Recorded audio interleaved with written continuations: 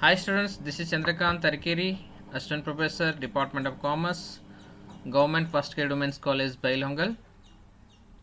Dear students, you are all aware your exams are near for first semester and third semester. So this is a small effort. This is a revision class for Financial Accounting 1. And in this session I am going to solve the 2017 question paper. Whatever questions are appeared in 2017 question paper that was solved in this slide. So the main objective to prepare this video ಅಂತಂದರೆ ಈ video ನೋಡಿದ ನಂತರ ನೀವು ಪೂರಾ financial accounting one ಸಬ್ಜೆಕ್ಟಿದ್ದು complete revision ಆಗಬಹುದು ಅಂತ ನಾನು ತಿಳ್ಕೊಂಡು ಈ ವಿಡಿಯೋನ ನಿಮಗೆ ಸಲುವಾಗಿ ನಾನು ಮಾಡ್ತಾ ಇದ್ದೀನಿ. So let's start 2017 question paper. So all of you know that first section will be section A, that is 2 marks question. So this I'll do little bit faster. What are personal accounts? The accounts which are related to persons, firms and companies are called personal accounts. So ವೈಯಕ್ತಿಕ ಮನುಷ್ಯರಿಗೆ ಅಥವಾ ವ್ಯಕ್ತಿಗಳಿಗೆ ಅಥವಾ ಕಂಪನಿಗಳಿಗೆ ಸಂಬಂಧಪಟ್ಟಂತಹ ಅಕೌಂಟ್ಗಳಿದ್ದವಪ್ಪ ಅಂತಂದ್ರೆ ಅವಕ್ಕೆ ನಾವು ಪರ್ಸನಲ್ ಅಕೌಂಟ್ಸ್ ಅಂತ ಹೇಳ್ತೀವಿ. So for example, RAM account, ABC company account, debtors account, creditors account, these are the examples for personal account. So then what are final account of sale trader? ಒಂದು ಸೇಲ್ ಟ್ರೇಡರ್ ಕಂಪ್ನಿ ಇತ್ತಪ್ಪ ಅಂತಂದ್ರೆ ಅವರು final ಅಕೌಂಟನ್ನು ಏನೇನು prepare ಮಾಡಬೇಕು ಅಂತ question. So some ವಿದ್ಯಾರ್ಥಿಗಳು ಏನು ಮಾಡಿಬಿಡ್ತೀರಿ, ನೀವು ಫೈನಲ್ ಅಕೌಂಟ್ ಅಂದರೆ ಏನು ಅಂತ ನೀವು ಆನ್ಸರ್ಸ್ ಕೊಡೋ ಚಾನ್ಸಸ್ ಇರುತ್ತೆ. ಆದರೆ ಇದು ಮೀನಿಂಗ್ ಕೇಳಿದ್ದೇನಪ್ಪ ಅಂತಂದರೆ what are final account of sole trader. Sole ಟ್ರೇಡರ್ಗೆ ಸಂಬಂಧಪಟ್ಟಂತೆ ಫೈನಲ್ ಅಕೌಂಟ್ಸ್ ಯಾವ್ಯಾವ ಇರ್ತಾವೋ ಅಂತ ಇದ್ರ ಕ್ವಶನ್. ಯಾವ್ಯಾವ ಇರ್ತಾವಪ್ಪ? First one trading account. ನಾ ಇಲ್ಲಿ ಕಂಟಿನ್ಯೂಸ್ ಬರೆದಿದ್ದೀನಿ, ನೀವು ಟ್ರೇಡಿಂಗ್ ಅಕೌಂಟ್ ಒಂದು ಬರೀಬೋದು, ನಂತರ ಪ್ರಾಫಿಟ್ ಆ್ಯಂಡ್ ಲಾಸ್ ಅಕೌಂಟ್, ನಂತರ ಬ್ಯಾಲೆನ್ಸ್ ಶೀಟ್. ಸೊ ಈಗ ಕಂಪ್ನೀಸ್ ಆ್ಯಕ್ಟ್ 2013 ಪ್ರಕಾರ ಕ್ಯಾಶ್ ಫ್ಲೋ ಸ್ಟೇಟ್ಮೆಂಟನ್ನು ಫೈನಲ್ ಅಕೌಂಟ್ನಲ್ಲಿ ಸೇರಿಸಿದ್ದಾರೆ. So you can mention cash flow statement, otherwise you can mention only trading and profit and loss account and balance sheet. So next third question, what you mean by trial balance? Dear students, you are all aware that 12 2 marks questions ಇರ್ತವೆ, ಅದರಲ್ಲಿ ನೀವು 10ಕ್ಕೆ answer ಕೊಡಬೇಕು, ಅದು 20 ಮಾರ್ಕ್ಸಿಂದು ಇರುತ್ತೆ. A trail balance is a statement showing debit and credit balances of the all accounts, that is ledger accounts, to know the arithmetical accuracy of business. So trail balance ಅಂದ್ರೆ ಏನಪ್ಪ? Ledger accounts debit ಮತ್ತು credit ಬ್ಯಾಲೆನ್ಸನ್ನು ತೋರಿಸುವಂತಹ ಒಂದು account, ಅದಕ್ಕೆ ನಾವು trail balance ಅಂತ ಹೇಳ್ತೀವಿ. So ಇಲ್ಲಿ ಏನಾಗುತ್ತೆ, arithmetical accuracy of the business ಗೊತ್ತಾಗೋದು, ಎಷ್ಟು ಬ್ಯಾಲೆನ್ಸಸ್ ಇದ್ದಾವೆ ಲೆಡ್ಜರ್ ಅಕೌಂಟಲ್ಲಿ, ಆ ಬ್ಯಾಲೆನ್ಸಸ್ಸನ್ನು ಕರೆಕ್ಟಾಗಿ ವಿದೌಟ್ ಎನಿ ಮಿಸ್ಟೇಕ್ಸ್ ನಾವು ಟ್ರಯಲ್ ಬ್ಯಾಲೆನ್ಸಿಗೆ ತೊಗೊಂಬಂದಿವಿ ಇಲ್ಲ ಅಂತ ನಾವು ಗೊತ್ತು ಮಾಡ್ಕೋಬೋದು. So debit and credit balance of the trial balance should be matched. ಅದಕ್ಕೆ ನಾವೇನು ಹೇಳ್ತೀವಿ, ಆರ್ಥಮೆಟಿಕಲ್ ಅಕ್ಯುರಸಿ ಆಗಿದೆ ಇಲ್ಲ ಅಂತ ನಾವು ಚೆಕ್ ಮಾಡ್ತೀವಿ. ನೀವು ಸ್ವಲ್ಪ 10,000 ಬರಲಿ, ಬೈ ಚಾನ್ಸ್ 1000 ಬರೆದ್ರಿಪ್ಪ ಅಂತಂದ್ರೆ ನಿಮ್ಮ ಟ್ರಯಲ್ ಬ್ಯಾಲೆನ್ಸು ಟ್ಯಾಲಿ ಆಗಲ್ಲ. So there should not be any arithmetical accuracy. So fourth question, what is accounting? Simple questions ಇರ್ತವೆ, ನೀವು ಈಸಿಯಾಗಿ 2 ಮಾರ್ಕ್ಸ್ ಬರೀಬೇಕು. ನಾನು 2 ಮಾರ್ಕ್ಸಿಗೆ ಯಾಕೆ ಒತ್ತಡ ಕೊಡ್ತಿದ್ದೀನಿ ಅಂತಂದರೆ, ನೀವು 2 ಮಾರ್ಕ್ಸ್ನಲ್ಲಿ ಚೆನ್ನಾಗಿ ಮಾರ್ಕ್ಸ್ ತೊಗೊಂಡ್ಬಿಟ್ರಿಪ್ಪ ಅಂತಂದರೆ ನೀವು ಈಸಿಯಾಗಿ ಪಾಸ್ ಆಗೋ ಚಾನ್ಸಸ್ಸು ಇರುತ್ತೆ. Accounting is a simple terms means recording of transactions. So it's a recording of transaction. Accounting means recording of transactions. ಇಷ್ಟನ್ನು ಬರ್ಬೋದು. ಇಲ್ಲ ಇನ್ನೊಂದು ಸ್ವಲ್ಪ ಎಲಬರೇಟ್ ಮಾಡ್ತೀನಪ್ಪ ಅಂತಂದರೆ, accounting also means as recording. First transactions ಆಗ್ತವೆ, ಅದನ್ನು ರೆಕಾರ್ಡ್ ಮಾಡ್ತೀರಿ, ನಂತರ ಕ್ಲಾಸಿಫೈ ಮಾಡ್ತೀರಿ, then you are summarising and presenting financial information. So ನಂತರ ನೀವು ಅದನ್ನು ಅಕೌಂಟ್ಸ್ ಯಾವುದು ಹೋಗುತ್ತೆ, ಒಂದು ಟ್ರಾನ್ಸಾಕ್ಷನ್ ಆಗಿತ್ತು ಅಂದರೆ ಡೆಟರ್ಸ್ ಅಕೌಂಟ್ ಇರ್ಬೋದು, ಕ್ಯಾಶ್ ಅಕೌಂಟ್ಸ್ ಇರ್ಬೋದು, ಪರ್ಚೇಸ್ ಅಕೌಂಟ್ ಇರ್ಬೋದು, ಕ್ಲಾಸಿಫೈ ಮಾಡ್ತೀರಿ, ದೆನ್ ಸಮರೈಸ್ ಮಾಡ್ತೀರಿ, ಅದನ್ನು ಸೇರಿಸ್ತೀರಿ, then you are presenting it as a financial information. ಅದಕ್ಕೆ ನಾವು ಅಕೌಂಟಿಂಗ್ ಅಂತ ಹೇಳ್ತೀವಿ. Right any two difference between joint venture and partnership. ಭಾಳ ಸಿಂಪಲ್ ಇರುತ್ತೆ, ಇದು ಏನು ಇದ್ರಾಗ ಅಷ್ಟಿದು ಇರಲ್ಲ. In partnership the parties are known as partners. Simple partners ಅಂತ ನಾವು ಹೇಳ್ತೀವಿ. ಜಾಯಿಂಟ್ ವೆಂಚರ್ನಲ್ಲಿ ಏನು ಹೇಳ್ತೀವಿ ನಾವು, ಕೋ ವೆಂಚರ್ಸ್ ಅಂತ ಹೇಳ್ತೀವಿ. In joint venture the parties are known as ventures or co ventures. ಇದು ಒಂದು ಡಿಫ್ರೆನ್ಸ್ ಆಯಿತು. ನಂತರ joint venture is formed for limited or short time. ಇದು ಶಾರ್ಟ್ ಟೈಮ್ ಪೀರಿಯಡ್ಗೆ ನಾವು ಜಾಯಿಂಟ್ ವೆಂಚರನ್ನು ಮಾಡ್ಕೊಂಡಿರ್ತೀವಿ. ಆದರೆ partnership has a no limitation of time. So partnership form ಇದು 10 ವರ್ಷ ನಡಿಬೋದು, 20 ವರ್ಷ ನಡಿಬೋದು. ಜಾಯಿಂಟ್ ವೆಂಚರ್ ನಾವು ಲಿಮಿಟೆಡ್ ಪೀರಿಯಡ್ಗೆ ಮಾತ್ರ ಮಾಡ್ಕೊಂಡಿರ್ತೀವಿ. So these are two differences. In your books also you will find many differences between joint venture and partnership. You can read in a joint venture chapter. What is the total debtors account? Why is the total debtors account prepared? ಇದು conversion of single entry into double ಎಂಟ್ರಿಯಲ್ಲಿ ಇರುವಂಥ question. ಇಲ್ಲಿ ನಾವು total debtors accounts ಅಂತ prepare ಮಾಡ್ತೀವಿ. ಯಾಕೆ prepare ಮಾಡ್ತೀವಿ ಅಂತ ಹೇಳ್ತೇನೆ.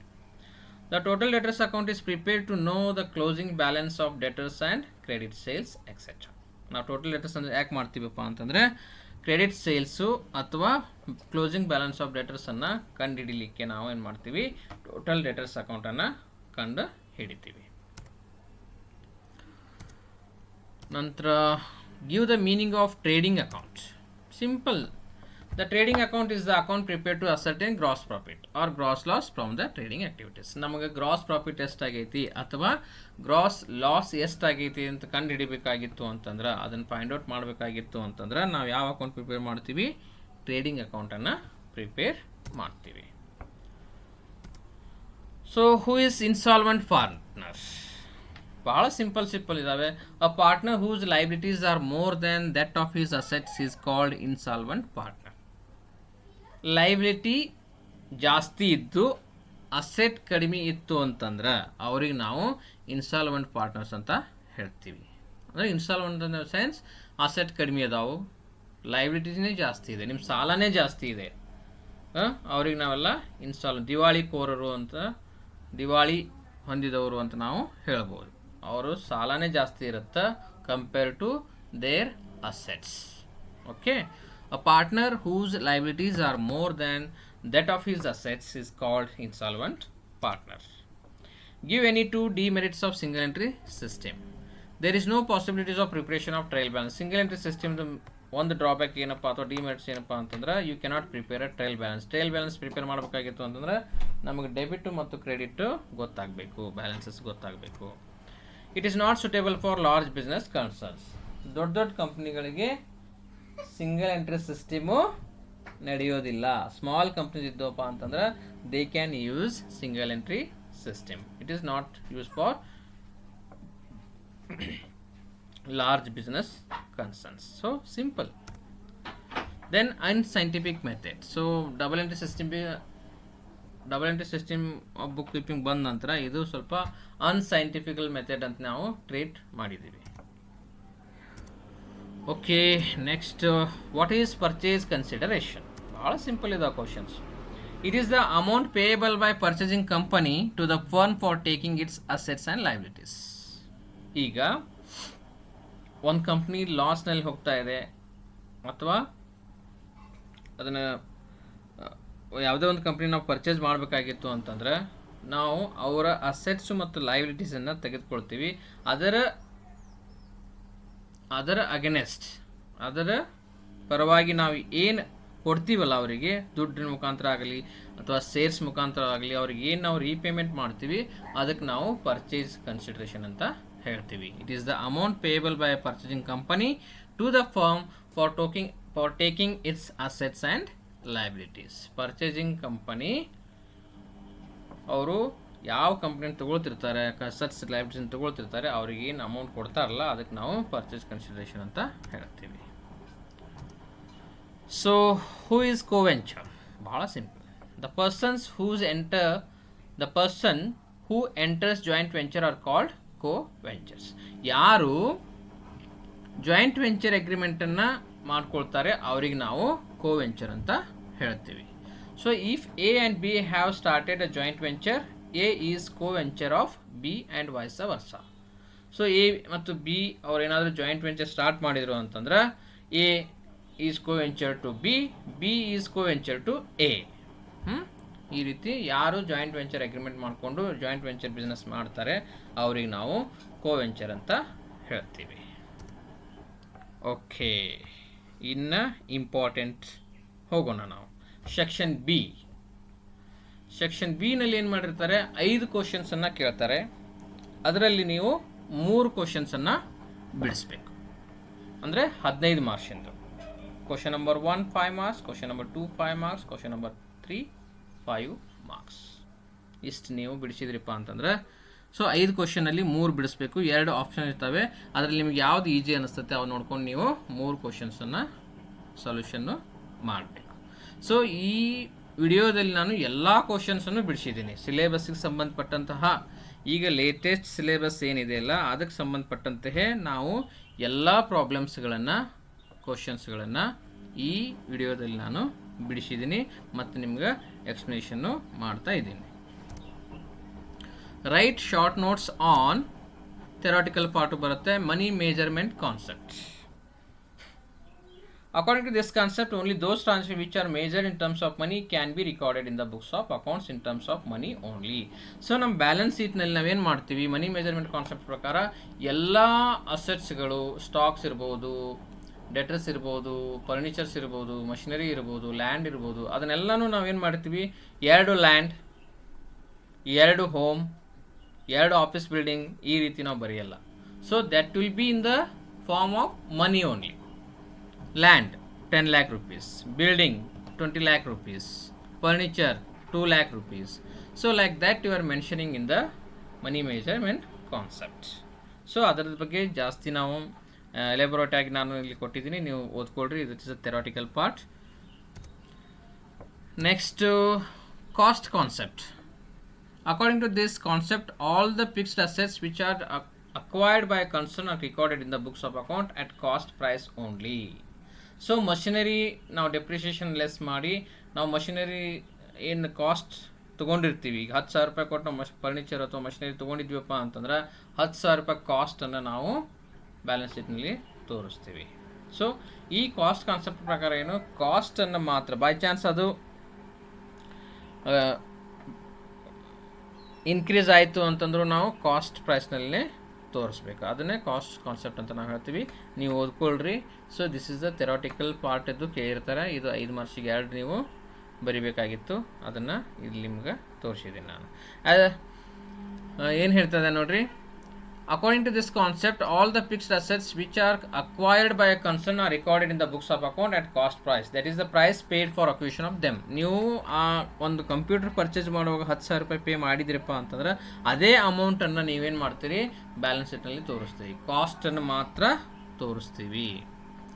As mentioned above, when the assets is recorded at its acquisition cost, such cost will be the basis for all subsequent accounting for the asset. So cost product ಅಥವಾ material ಅಥವಾ assets cost ಏನಿರುತ್ತಲ್ಲ that is the base for doing the accounting.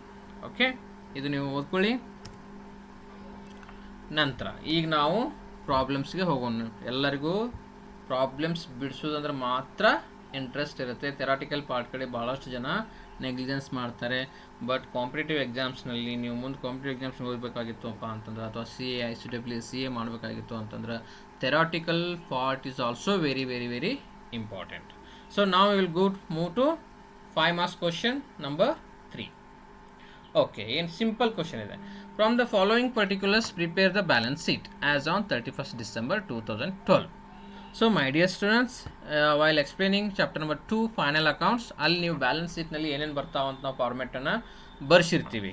So ಅದನ್ನು ನೀವು base ಇಟ್ಕೊಂಡು ಯಾವ್ಯಾವ assets ಆಗ್ತವೆ, ಯಾವ್ಯಾವ liabilities ಆಗ್ತವೆ ಅಂತ ನೀವು ಬೈಫರ್ಕೇಷನ್ ಮಾಡಿ ಅದನ್ನು ಲಯಬಿಲಿಟಿ ಸೈಡ್ ಲಯಬಿಲಿಟಿನ ಎಂಟ್ರಿ ಮಾಡ್ತೀರಿ, ಅಸೆಟ್ ಸೈಡನ್ನು ಅಸೆಟ್ ಸೈಡ್ ಎಂಟ್ರಿ ಮಾಡ್ತೀರಿ. ಸೊ ಇದರಲ್ಲಿ ನಿಮ್ಗೆ ಯಾವುದೇ ರೀತಿ ಕನ್ಫ್ಯೂಸ್ ಇಲ್ಲ. ಓಕೆ ನೋಡಿರಿ, balance sheet as on 31/12/2012. So first ಏನಿದೆ, ಕ್ಯಾಪಿಟಲ್ ಇದೆ. So capital is a liability. Capital is a liability to the company because this was introduced by the or this is contributed by the owners of the company. Company close ಆದ ನಂತರ ಅವ್ರಿಗೆ ಈ ದುಡ್ಡನ್ನು ವಾಪಸ್ ಕೊಡಲೇಬೇಕು. ಅದಕ್ಕೆ ನಾವೇನು ಹೇಳ್ತೀವಿ, ಇದನ್ನು it will be treated as a liability. ನಂತರ so bills receivable is an asset to the company, so that's why bills receivable 8,000. Then sundry creditors is a liability. ನಾವೇನು ಕ್ರೆಡಿಟ್ ಪರ್ಚೇಸ್ ಮಾಡ್ಕೊಂಡಿರ್ತೀವಿ ಅವ್ರಿಗೆ ನಾವು ಪೇಮೆಂಟ್ ಮಾಡಬೇಕಾಗತ್ತೆ, ಉದ್ರಿ ಖರೀದಿ ಮಾಡಿರ್ತೀವಿ, ಅದು sundry creditors is 20,000. Then plant and machinery 10,000 rupees. Plant and machinery 10,000 rupees. It is an asset. ನಂತರ ಕ್ಯಾಶ್ ಇನ್ ಹ್ಯಾಂಡ್ 3,000. ನಂತರ bills payable, it is also an liability, rupees 10,000. Bills payable 10,000. Sundry debtors 14,000. Furniture 10,000. Land and building 40,000. Net profit 30,000 and closing 1,500. So net profit ನಾವೇನು ಮಾಡ್ತೀವಿ, ಅದು net ಪ್ರಾಫಿಟನ್ನು ಕ್ಯಾಪಿಟಲ್ಗೆ add ಮಾಡ್ತೀವಿ. So its net profit is belongs to the owners, so that's why we are adding to that to capital. So total capital is 70,000. Dear students, I observed some of the students, first they will mention the current assets. Bills receivable ಕೊಟ್ಟಿದ್ದಾರೆ ಅಂತ ನೀವೇನು ಮಾಡ್ತೀರಿ, bills receivable ಮ್ಯಾಲ್ ಬರೀತೀರಿ. So ಅದು that is not, I am not telling it's a wrong, but as per the procedure ನೀವು ಹೋಗಬೇಕಾಗಿತ್ತಪ್ಪ ಅಂತಂದ್ರೆ first we have to write the fixed assets. ಯಾವ್ಯಾವ ಫಿಕ್ಸ್ಡ್ ಅಸೆಟ್ಸ್ ಇರ್ತಾವೆ ಅದನ್ನು ನೀವು ಮೊದಲು ಬರೀಬೇಕು, ನಂತರ ಕರೆಂಟ್ ಅಸೆಟ್ಸನ್ನು ಬರೀಬೇಕು, ಲಾಸ್ಟಿಗೆ ಕ್ಯಾಶ್ ಇನ್ ಹ್ಯಾಂಡ್ ಅಂತ ನೀವು ತೋರಿಸಿದರೆ it should be a good format of balance sheet. Okay, ಇಲ್ಲಿ ಕೊಟ್ಟಂಗೆ ನೀವು ಬರೆದ್ರು ಏನು ತಪ್ಪಿಲ್ಲ, ಆದರೆ this is the correct procedure to prepare the balance sheet. ಇಲ್ಲಿ ಫಸ್ಟ್ ಕ್ಯಾಪಿಟಲ್ಲೇ ಬರಬೇಕು, ನಂತರ ಏನಾದರೂ ಲಾಂಗ್ ಟರ್ಮ್ ಲೈಬಿಲಿಟೀಸ್ ಇದ್ದು ಅಂತಂದ್ರೆ, ಲೋನ್ಸ್ ಇತ್ತು ಅಂತಂದ್ರೆ ಅದು ಬರುತ್ತೆ, ನಂತರ ಕರೆಂಟ್ ಲೈಬಿಲಿಟೀಸ್ ಬರ್ತಾವೆ, sundry debt creditors, bills payable ಮತ್ತು ಔಟ್ಸ್ಟ್ಯಾಂಡಿಂಗ್ ಎಕ್ಸ್ಪೆನ್ಸಸ್, ಆ ರೀತಿ ಯಾವ್ಯಾವ ಇದ್ದು ಅಂತಂದ್ರೆ ಅವು ಬರ್ತಾವೆ. ಫಾರ್ಮ್ಯಾಟ್ ಆಲ್ರೆಡಿ ನಾನು ನಿಮ್ಗೆ ಬರ್ಸಿದ್ದೀನಿ, ಅದನ್ನು ಒಂದ್ಸಲ ಮತ್ತೆ ಎಕ್ಸಾಮ್ಗಿಂತ ಮುಂಚೆ ನೀವು ಒಂದ್ಸಲ ರೆಫರ್ ಮಾಡಿ and write your exam. Hope you are understanding this problem. Next will move to fourth problem. Okay, ಭಾಳ ಸಿಂಪಲ್ ಕ್ವಶನ್ಸ್ ಇದ್ದಾವೆ, ಏನು ಹೆದರ್ಬೇಕಾದಂಥದ್ದು ಏನಿಲ್ಲ. ಇದನ್ನು ನೀವು ಒಂದ್ಸಲ ವಿಡಿಯೋವನ್ನು ಕೇಳ್ಕೊಳ್ರಿ, go and write the exams. From the particulars taken out from the books of Geetha,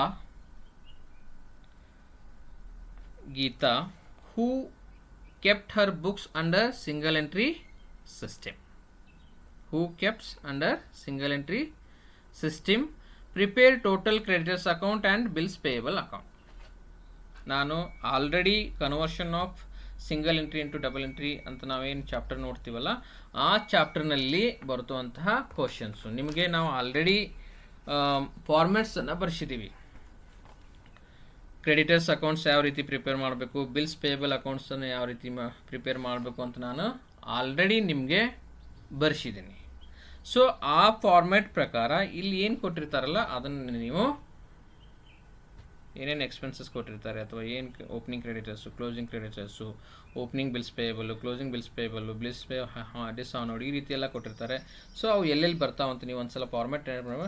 so I will explain you. Format ನೆನಪು ಇಟ್ಕೊಳ್ಳೇಬೇಕು ಅಂತಲೂ ಏನಿಲ್ಲ, ನೀವು ಕಾನ್ಸೆಪ್ಟನ್ನು ಕರೆಕ್ಟಾಗಿ ಅಂಡರ್ಸ್ಟ್ಯಾಂಡ್ ಮಾಡ್ಕೊಂಬಿಟ್ರಿಪ್ಪ ಅಂತಂದ್ರೆ ನೀವು ಈಸಿಯಾಗಿ ಟೋಟಲ್ ಕ್ರೆಡಿಟರ್ಸ್ ಅಕೌಂಟ್ ಮತ್ತು ಬಿಲ್ಸ್ ಪೇಯಬಲ್ ಅಕೌಂಟನ್ನು ಪ್ರಿಪೇರ್ ಮಾಡ್ಬೋದು.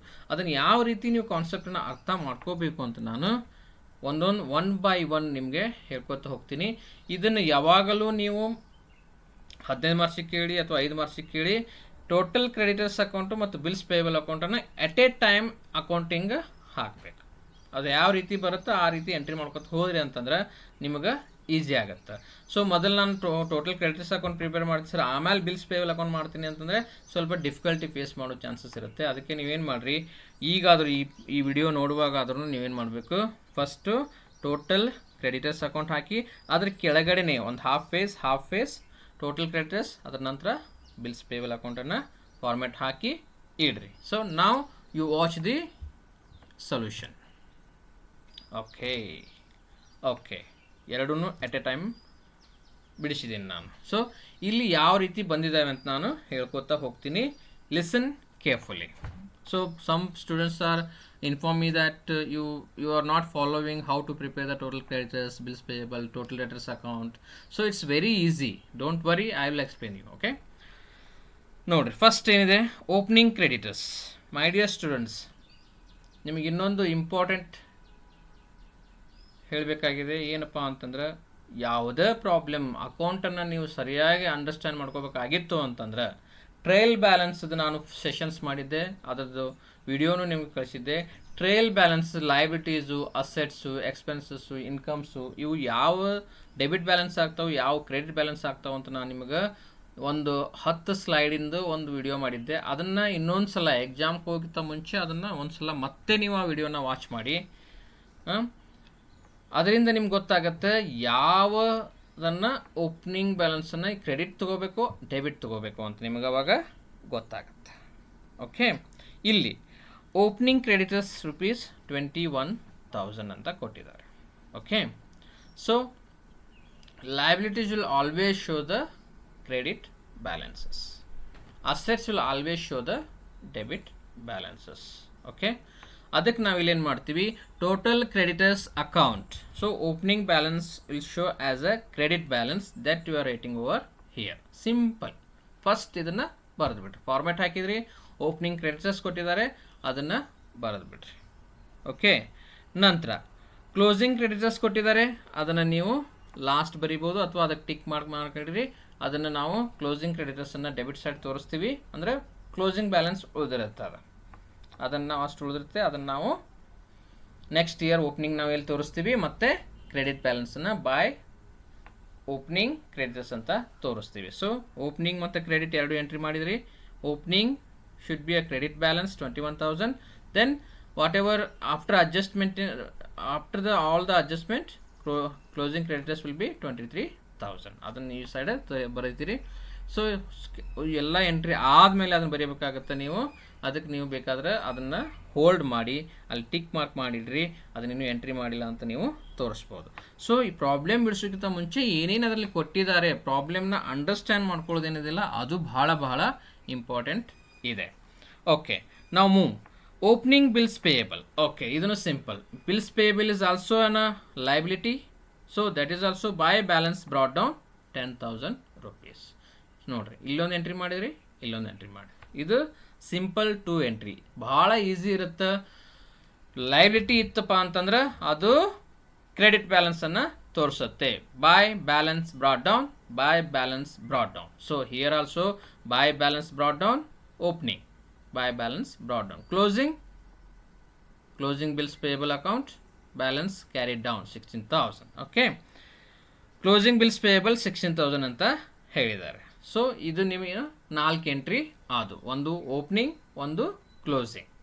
Okay, now you will move next what it's given. Cash paid to creditors. Cash paid to creditors. ನಮ್ಮದು ಫಾರ್ ಎಕ್ಸಾಂಪಲ್ ನಿಮ್ಮ ಪಾಕೆಟ್ನಲ್ಲಿ 100 ರೂಪಾಯಿ ಅದಾವೆ. ಸೊ ನೀವು ಒಂದು ಅಂಗಡಿಯಿಂದ 50 ರೂಪಾಯಿ ಸಾಮಾನನ್ನು ತೊಗೊಂಡಿರ್ತೀರಿ. ಸೊ ಅಥವಾ ನಿಮ್ಮ ಉದ್ರಿ ತೊಗೊಂಡಿರ್ತೀರಿ ಅಂತೇಳಿರಿ. ನಿಮ್ಮ ಬಾಜು ಮನೆ ಬಾಜುಕ್ಕೆ ಒಂದು ಕಿರಾಣಿ ಅಂಗಡಿ ಇರ್ತೈತಿ, ಅಲ್ಲಿ ಉದ್ರಿ ತೊಗೊಂಡಿರ್ತೀರಿ. ಉದ್ರಿ 1,000 ರೂಪಾಯಿ ಆಗಿರುತ್ತೆ.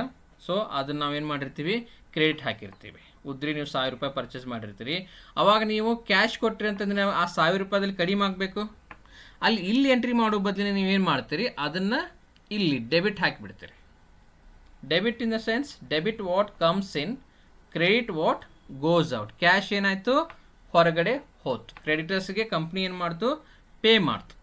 ಅದಕ್ಕೆ ಅವ್ರು ಏನು ಮಾಡಿದರು, ಯಾರಿಗೆ ಕೊಟ್ಟರು ನೀವು, creditor is the receiver, debit is the receiver, credit is the giver. So total creditors account debit to cash account. ಏನು ಮಾಡಿದ್ರಿ ನೀವು, ಸಿಂಪಲ್. ಇಷ್ಟೆಲ್ಲ ಕಾನ್ಸೆಪ್ಟ್ ನೀವು ಅರ್ಥ ಆಗದೆ ಇದ್ರೆ ಏನು ಮಾಡಿರಿ, cash account cash pay to creditors ಇತ್ತಪ್ಪ ಅಂತಂದ್ರೆ ಕಂಪ್ನಿಯಿಂದ ದುಡ್ಡು ಹೊರಗೆ ಹೋಗೈತಿ.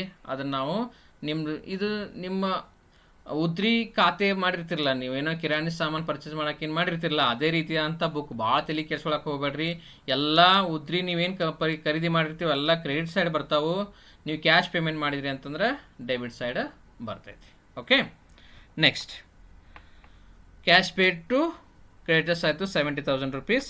ನಂತರ goods return to creditors rupees 2,000.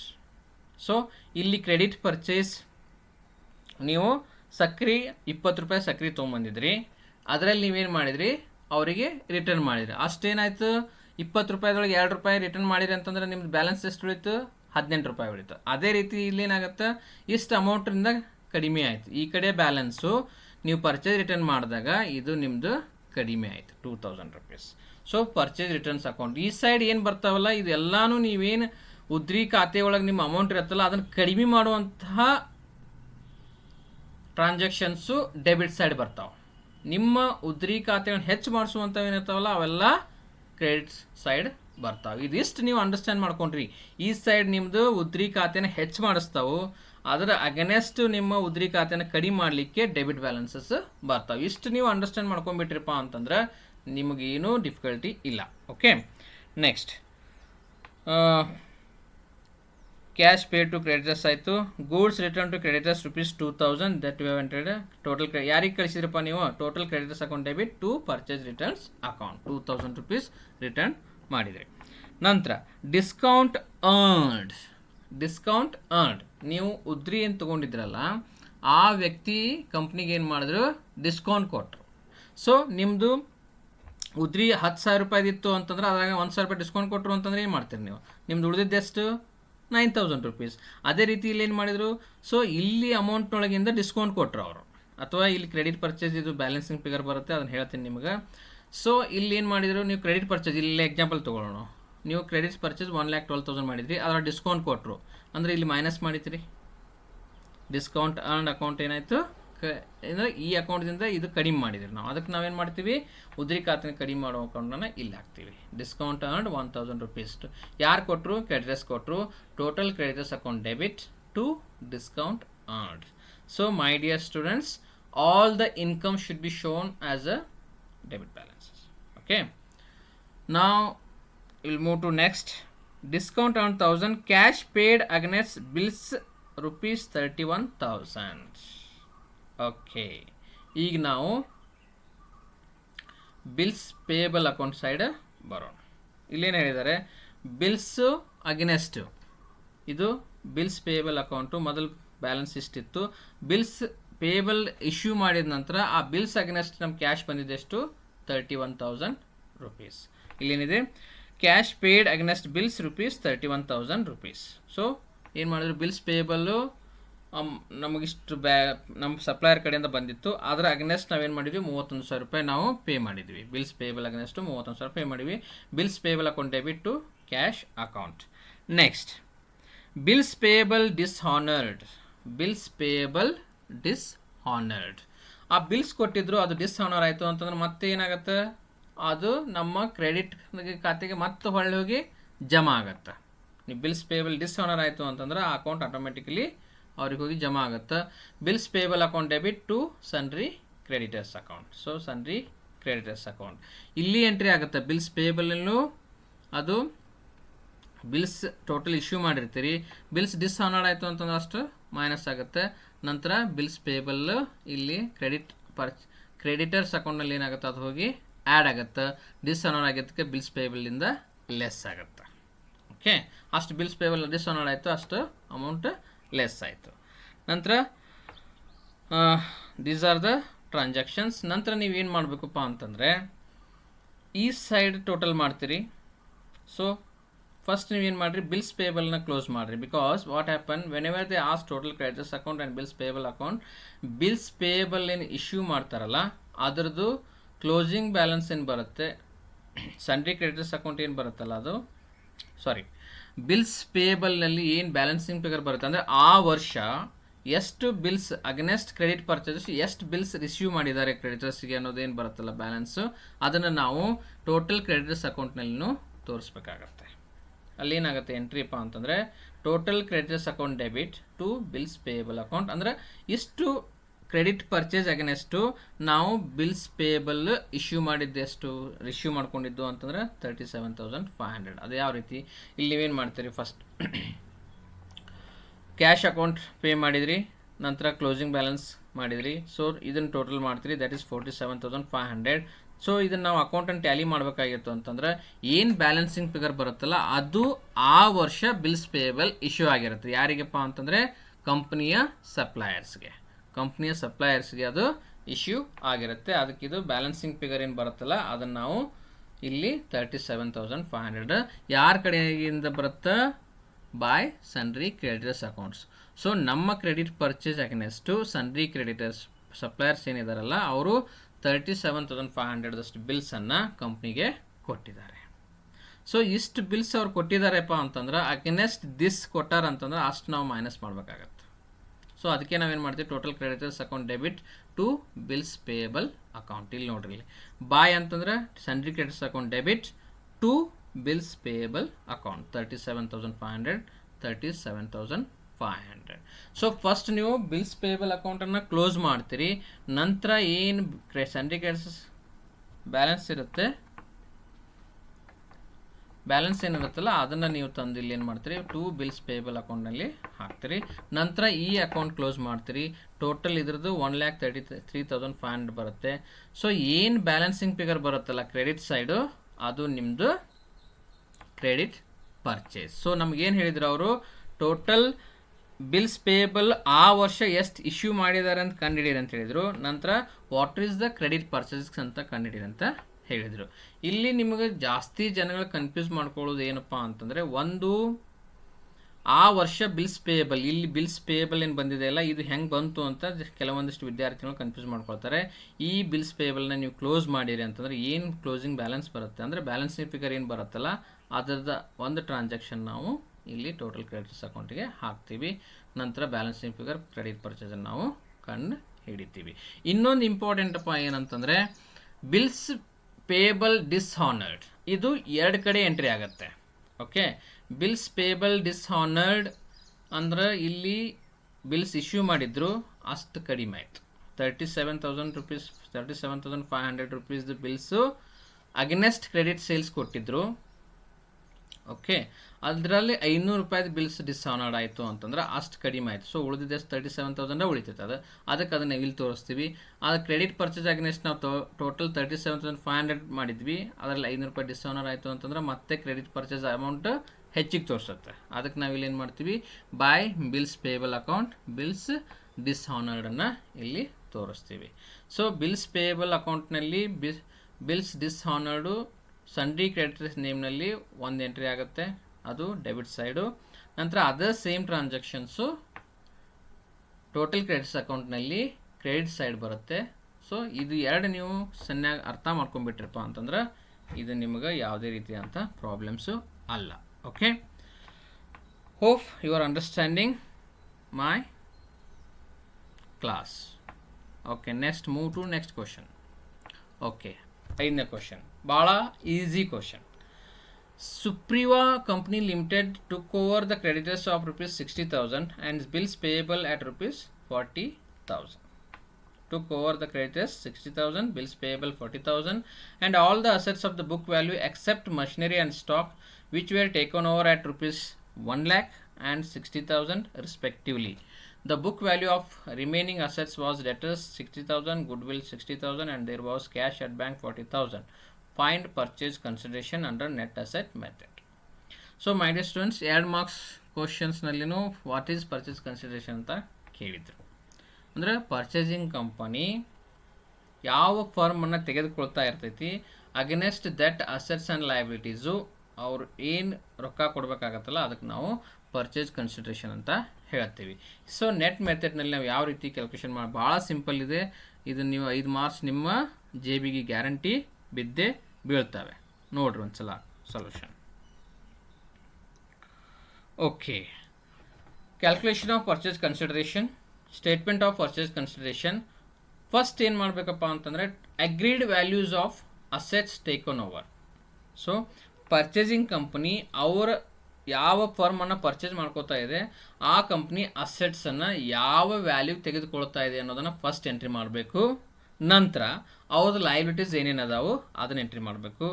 Assets minus liabilities ಮಾಡಿದ್ರಿ ಅಂತಂದ್ರೆ ಪರ್ಚೇಸ್ ಕನ್ಸಿಡರೇಷನ್ ಬಂದ್ಬಿಡುತ್ತೆ. ಭಾಳ ಸಿಂಪಲ್. ಓಕೆ, ಇಲ್ಲಿ ಇಂಪಾರ್ಟೆಂಟ್ ಅಂತಂದ್ರೆ ಅವರು ಯಾವ ಬೆಲೆಗೆ ಆ machinery, stock, debtors, goodwill, cash at bank ತೊಗೊಳ್ತಾ ಇದ್ದಾರೆ ಅದನ್ನು ಇಂಪಾರ್ಟೆಂಟಾಗಿ ನೀವು ಅಬ್ಸರ್ವ್ ಮಾಡಬೇಕು. ನಂತರ ಕ್ರೆಡಿಟರ್ಸನ್ನು ಯಾವ ವ್ಯಾಲ್ಯೂಗೆ ತೊಗೊಳ್ತಾ ಇದ್ದಾರೆ ಅದನ್ನು ನೀವು ಇಂಪಾರ್ಟೆಂಟಾಗಿ ಅಬ್ಸರ್ವ್ ಮಾಡಿದ್ರಿ ಅಂತಂದ್ರೆ ಇದು ಜಸ್ಟ್ 2 ಮಿನಿಟ್ಸ್ನಲ್ಲಿ ನೀವು 5 ಮಾರ್ಕ್ಸು ನಿಮ್ಮ ಜೇಬಿಗೆ ಹಾಕೊಳ್ಳುವಂತಹ ಕ್ವಶನ್. ಓಕೆ, ನೋಡ್ರಿ ಏನು ಹೇಳಿದ್ದಾರೆ. ಕ್ರೆಡಿಟರ್ಸ್ ಅದನ್ನ ಆಮೇಲೆ ನೋಡೋಣ. ಫಸ್ಟ್ ಅಸೆಟ್ಸನ್ನು ಎಂಟ್ರಿ ಮಾಡೋಣ.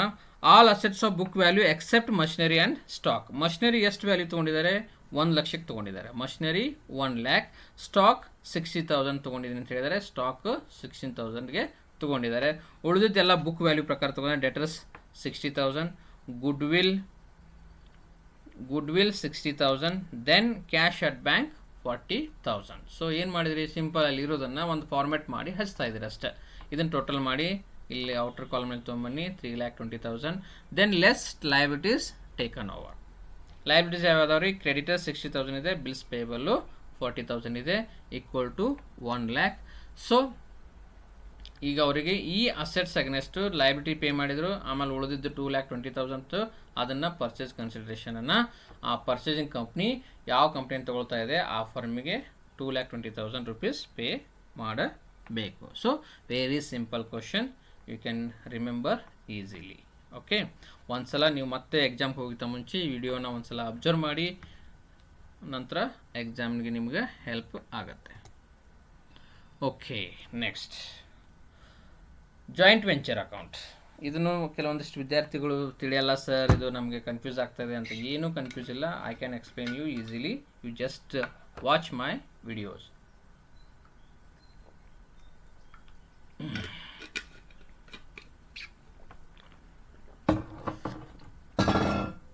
Sorry, Monica and Deepika entered into joint venture, agreeing to share profits and losses equally. Monica purchased goods worth rupees 30,000 and sent to Deepika and incurred 3,000 carriage, etc. Deepika also bought goods worth rupees 24,000 and spent rupees 1,000 for advertisement, etc. Deepika sold all the goods for 80,000 and settle the amount due to Monica. Prepare joint venture account in the books of Monica. ಇಲ್ಲಿ ಮೋನಿಕಾ ಮತ್ತು ದೀಪಿಕಾ ಅನ್ನೋರು ಇಬ್ಬರು ವ್ಯಕ್ತಿಗಳು joint venture ಅಗ್ರಿಮೆಂಟನ್ನು ಮಾಡ್ಕೊಂಡಿದ್ದಾರೆ. So ನೀವು ಏನು ಮಾಡಬೇಕು ಅಂದ್ರೆ ಪ್ರಾಬ್ಲಮ್ನಲ್ಲಿ ಮೋನಿಕಾ ರಿಲೇಟೆಡ್ ಟ್ರಾನ್ಸಾಕ್ಷನ್ಸ್ ಏನೇನಾಗಿದ್ದಾವೆ, ದೀಪಿಕಾ ರಿಲೇಟೆಡ್ ಟ್ರಾನ್ಸಾಕ್ಷನ್ಸ್ ಏನಾಗಿದ್ದಾವೆ ಅಂತ ನೀವು ಒಂದು ಸ್ವಲ್ಪ ಅದನ್ನು ನೀವು ಬೇಕಾದ್ರೆ ಒಂದು ರಫ್ ಪೇಪರ್ನಲ್ಲಿ ಬರ್ಕೊಳ್ರಿ, ಅಥವಾ ನಿಮ್ಮ ಲಾಸ್ಟ್ ಪೇಪರ್ನಲ್ಲಿ ಬರ್ಕೊಂಡು ಅವು ಯಾವ ರೀತಿ ಅವ್ರವ್ರ ಅಕೌಂಟ್ನಲ್ಲಿ ಇಂಪ್ಯಾಕ್ಟ್ ಮಾಡ್ತವೆ ಅನ್ನೋದನ್ನು ತೋರಿಸ್ಬೇಕು. ಓಕೆ, ಈಗ ನಾವೇನು ಹೇಳಿದ್ವಿ, in the books of Monica ಅಂತ ನಾವು ಜಾಯಿಂಟ್ ವೆಂಚರ್ ಅಕೌಂಟ್ ಯಾರು ಬುಕ್ಸ್ನಲ್ಲಿ ಬರಿತಾ ಇದ್ದೀವಿ, ಮೋನಿಕಾ ಅಕೌಂಟ್ನಲ್ಲಿ ನಾವು ಪ್ರಿಪೇರ್ ಮಾಡ್ತಾ ಇದ್ದೀವಿ. ಅಂದರೆ ದೀಪಿಕಾ ಏನೇನು ಕಾಸ್ಟ್ ಇನ್ಕರ್ ಮಾಡಿರ್ತಾಳಲ್ಲ ಅದನ್ನು ದೀಪಿಕಾ ಹೆಸರಿನಲ್ಲಿ ನಾವೇನು ಮೋನಿಕಾ ಬುಕ್ಸ್ ಆಫ್ ಅಕೌಂಟ್ನಲ್ಲಿ ನಾವು ಎಂಟ್ರಿ ಮಾಡಬೇಕಾಗತ್ತೆ. ಸೊ ಅದಕ್ಕೆ ನಾನು ಏನು ಹೇಳ್ತಾ ಇದ್ದೀನಿ, ಯಾರ್ಯಾರು ಏನೇನು ಟ್ರಾನ್ಸಾಕ್ಷನ್ ಮಾಡಿದ್ದಾರೆ ಅದನ್ನು ಸ್ವಲ್ಪ ಬೈಫರ್ಗೆಟ್ ಮಾಡಿ. For example, Monica purchase goods worth 30,000 and sent to Deepika and incurred 3,000 carriage. So Monica ಏನು ಮಾಡಿದ್ಳು, 30,000 ರೂಪಾಯಿ ಕಾಸ್ಟ್ ಗೂಡ್ಸನ್ನು ಪರ್ಚೇಸ್ ಮಾಡಿದ್ಳು, ಮತ್ತು 3,000 ರೂಪೀಸ್ ಟ್ರಾನ್ಸ್ಪೋರ್ಟೇಷನ್ ಚಾರ್ಜ್ ಮಾಡಿಕೊಂಡು ಅದನ್ನು ಯಾರಿಗೆ ಕಳಿಸಿದ್ಲು, ದೀಪಿಕಾಗೆ ಕಳಿಸಿದ್ಲು. ಅದ್ರ ಜೊತೆನೇ ದೀಪಿಕಾ ಏನು ಮಾಡಿದ್ಲು, 24,000 ರೂಪೀಸ್ ಮಟೀರಿಯಲ್ ಆಕಿನೂ ಪರ್ಚೇಸ್ ಮಾಡಿದ್ಳು. ನಂತರ ಆಕಿ ಅಡ್ವರ್ಟೈಸ್ಮೆಂಟ್ ಸಲುವಾಗಿ 1,000 ರೂಪೀಸ್ ಕಾಸ್ಟ್ ಇನ್ಕರ್ ಮಾಡಿದರು. ನಂತರ ದೀಪಿಕಾ ಮಟೀರಿಯಲನ್ನು 80,000 ರೂಪಾಯಿಗೆ ಸೇಲ್ ಮಾಡಿದರು. ಆಮೇಲೆ ಏನಾಗಿತ್ತು, settle the amount due to Monica. ಆ ಮೋನಿಕಾ ಕಡೆಯಿಂದ ಏನು ಮಟೀರಿಯಲ್ ತೊಗೊಂಡಿದ್ರು ದೀಪಿಕಾ, ಅದರದ್ದು ಅಕೌಂಟನ್ನು ಅವ್ರು ಸೆಟಲ್ ಮಾಡಬೇಕು. ಸೊ ಇದು ಯಾವ ರೀತಿ ಟ್ರಾನ್ಸಾಕ್ಷನ್ಸ್ ಆಗ್ತಾವಂತ ನಮ್ಮ ಮುಂದಿನ ಸ್ಲೈಡ್ನಲ್ಲಿ ನಾವು ನೋಡ್ಕೊಳ್ಳೋಣ. ಓಕೆ, ನೋಡ್ರಿ, in the books of Monika joint venture accounts. First sales ಪ್ರೊಸೀಡನ್ನು, ಟ್ರೇಡಿಂಗ್ ಅಕೌಂಟ್ ಇದ್ದಂಗೆ ಇದೆ, it's just like a trading account. First ನೀವೇನು ಮಾಡ್ತೀರಿ, ಯಾರು ಸೇಲ್ ಮಾಡಿದರು, ದೀಪಿಕಾ ಸೇಲ್ ಮಾಡಿದರು. ಸೊ ನಾವೇನು ಮಾಡ್ತಾಯಿದ್ದೀವಿ, ಮೋನಿಕಾ ಅಕೌಂಟ್ನಲ್ಲಿ ಮಾಡ್ತಾಯಿದ್ದೀವಿ. ಮೋನಿಕಾ ಬುಕ್ಸ್ನಲ್ಲಿ ಮಾಡ್ತಾ ಇರೋದ್ರಿಂದ ದೀಪಿಕಾ ಸೇಲ್ ಮಾಡಿದ್ರು ಎಷ್ಟು, 80,000 ರೂಪಾಯಿ. ಫಸ್ಟ್ ಎಂಟ್ರಿ ನೀವೇನು ಮಾಡಿರಿ, by Deepika account, it's a sale proceeds, that will be 80,000 rupees. ನಾವು ಈ 80,000 ರೂಪೀಸ್ನಲ್ಲಿ ಏನೇನು ಎಕ್ಸ್ಪೆನ್ಸಸ್ ಇನ್ಕರ್ ಮಾಡಿದಾರಲ್ಲ ಅದೆಲ್ಲ ಡೆಬಿಟ್ ಸೈಡ್ ಬರುತ್ತೆ. Joint venture account is also very very simple account. Okay, ನೋಡ್ರಿ. ಸೊ ಮೋನಿಕಾ ಏನು ಮಾಡಿದಲ್ರಿ, 30,000 ರೂಪಾಯಿದು ಮಟೀರಿಯಲನ್ನು ಪರ್ಚೇಸ್ ಮಾಡಿದ್ರು against this much sale.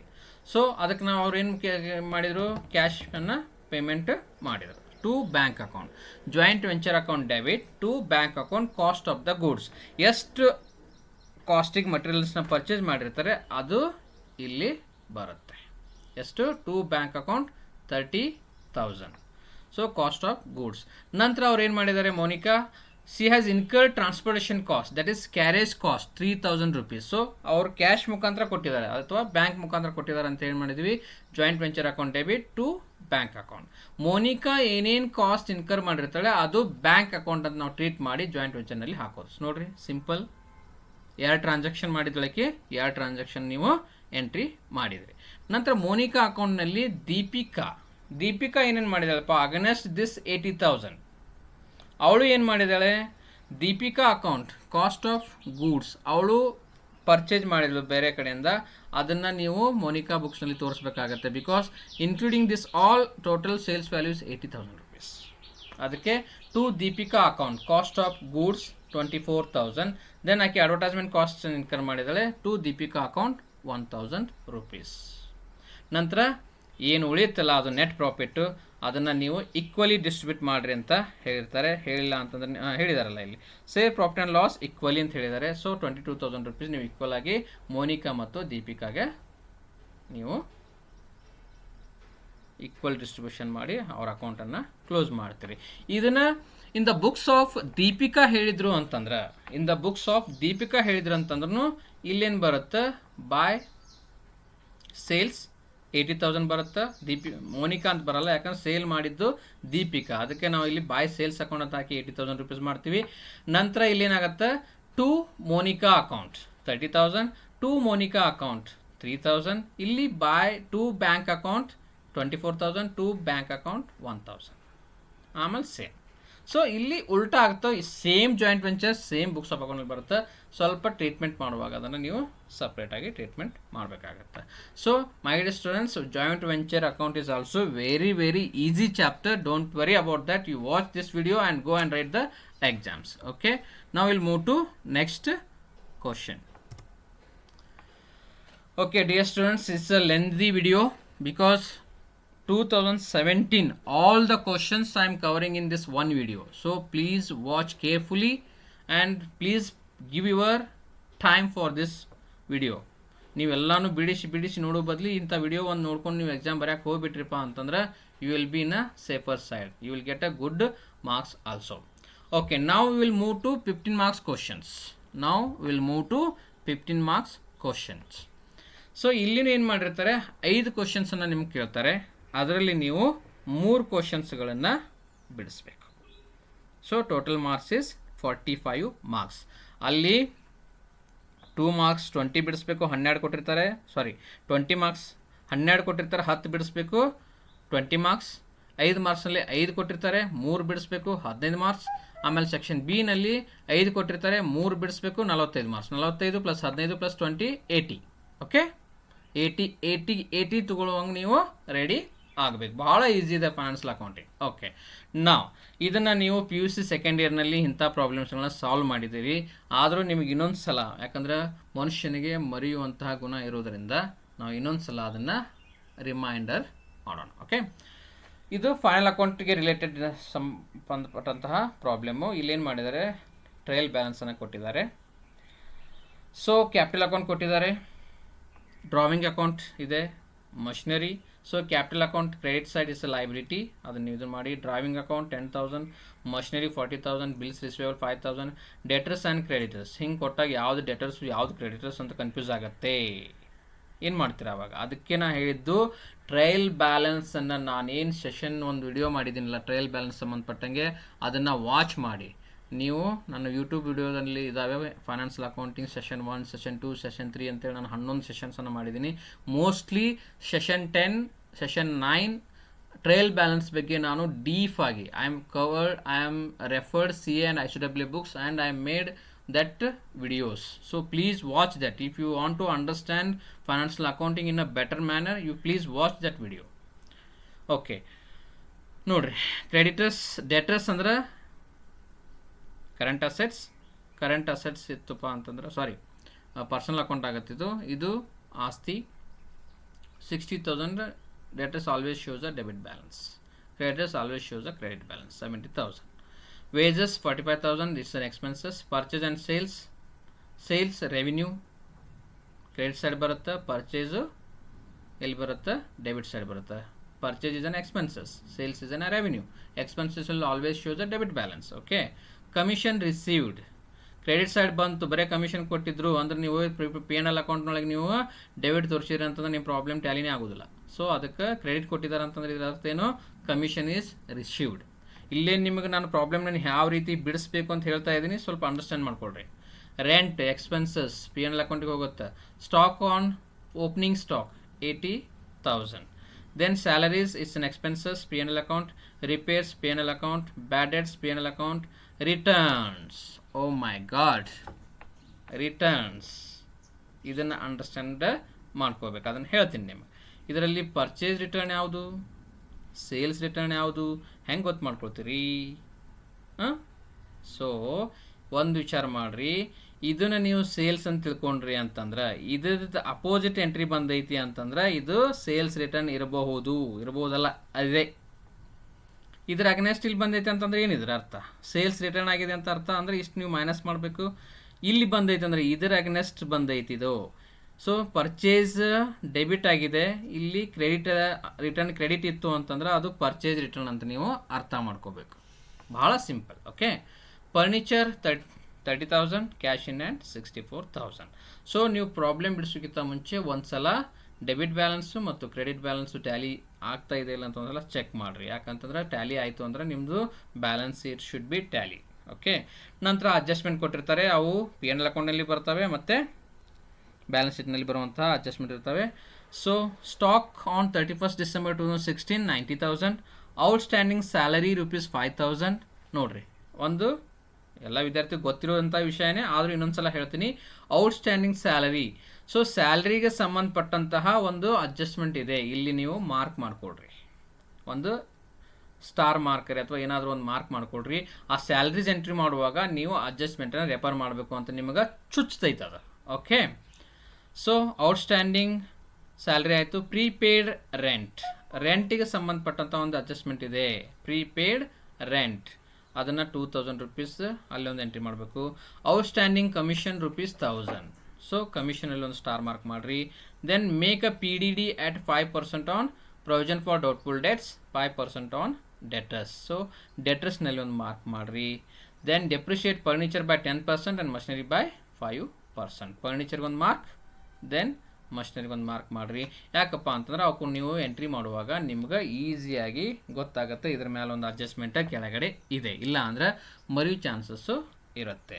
Dear students, before going to solve this problem you can first ನೀವು ಸಾಲ್ವ್ ಮಾಡಿ, ನಂತರ ನನ್ನ ವಿಡಿಯೋ ನೋಡಿ, ಅದು ಇದಕ್ಕೆ ಮ್ಯಾಚ್ ಮಾಡಿ, ನೀವು ಎಲ್ಲಿ ಬೈ ಚಾನ್ಸ್ ಟ್ಯಾಲಿ ಆಗದೆ ಇದ್ದರೆ ಕಂಪ್ಯಾರಿಸನ್ ಮಾಡಿ ಎಲ್ಲಿ ತಪ್ಪಾಗಿರುತ್ತೆ ಅಂತ ನೋಡ್ಕೊಳ್ಳಿ. ಓಕೆ, ನಾವು will move to solution.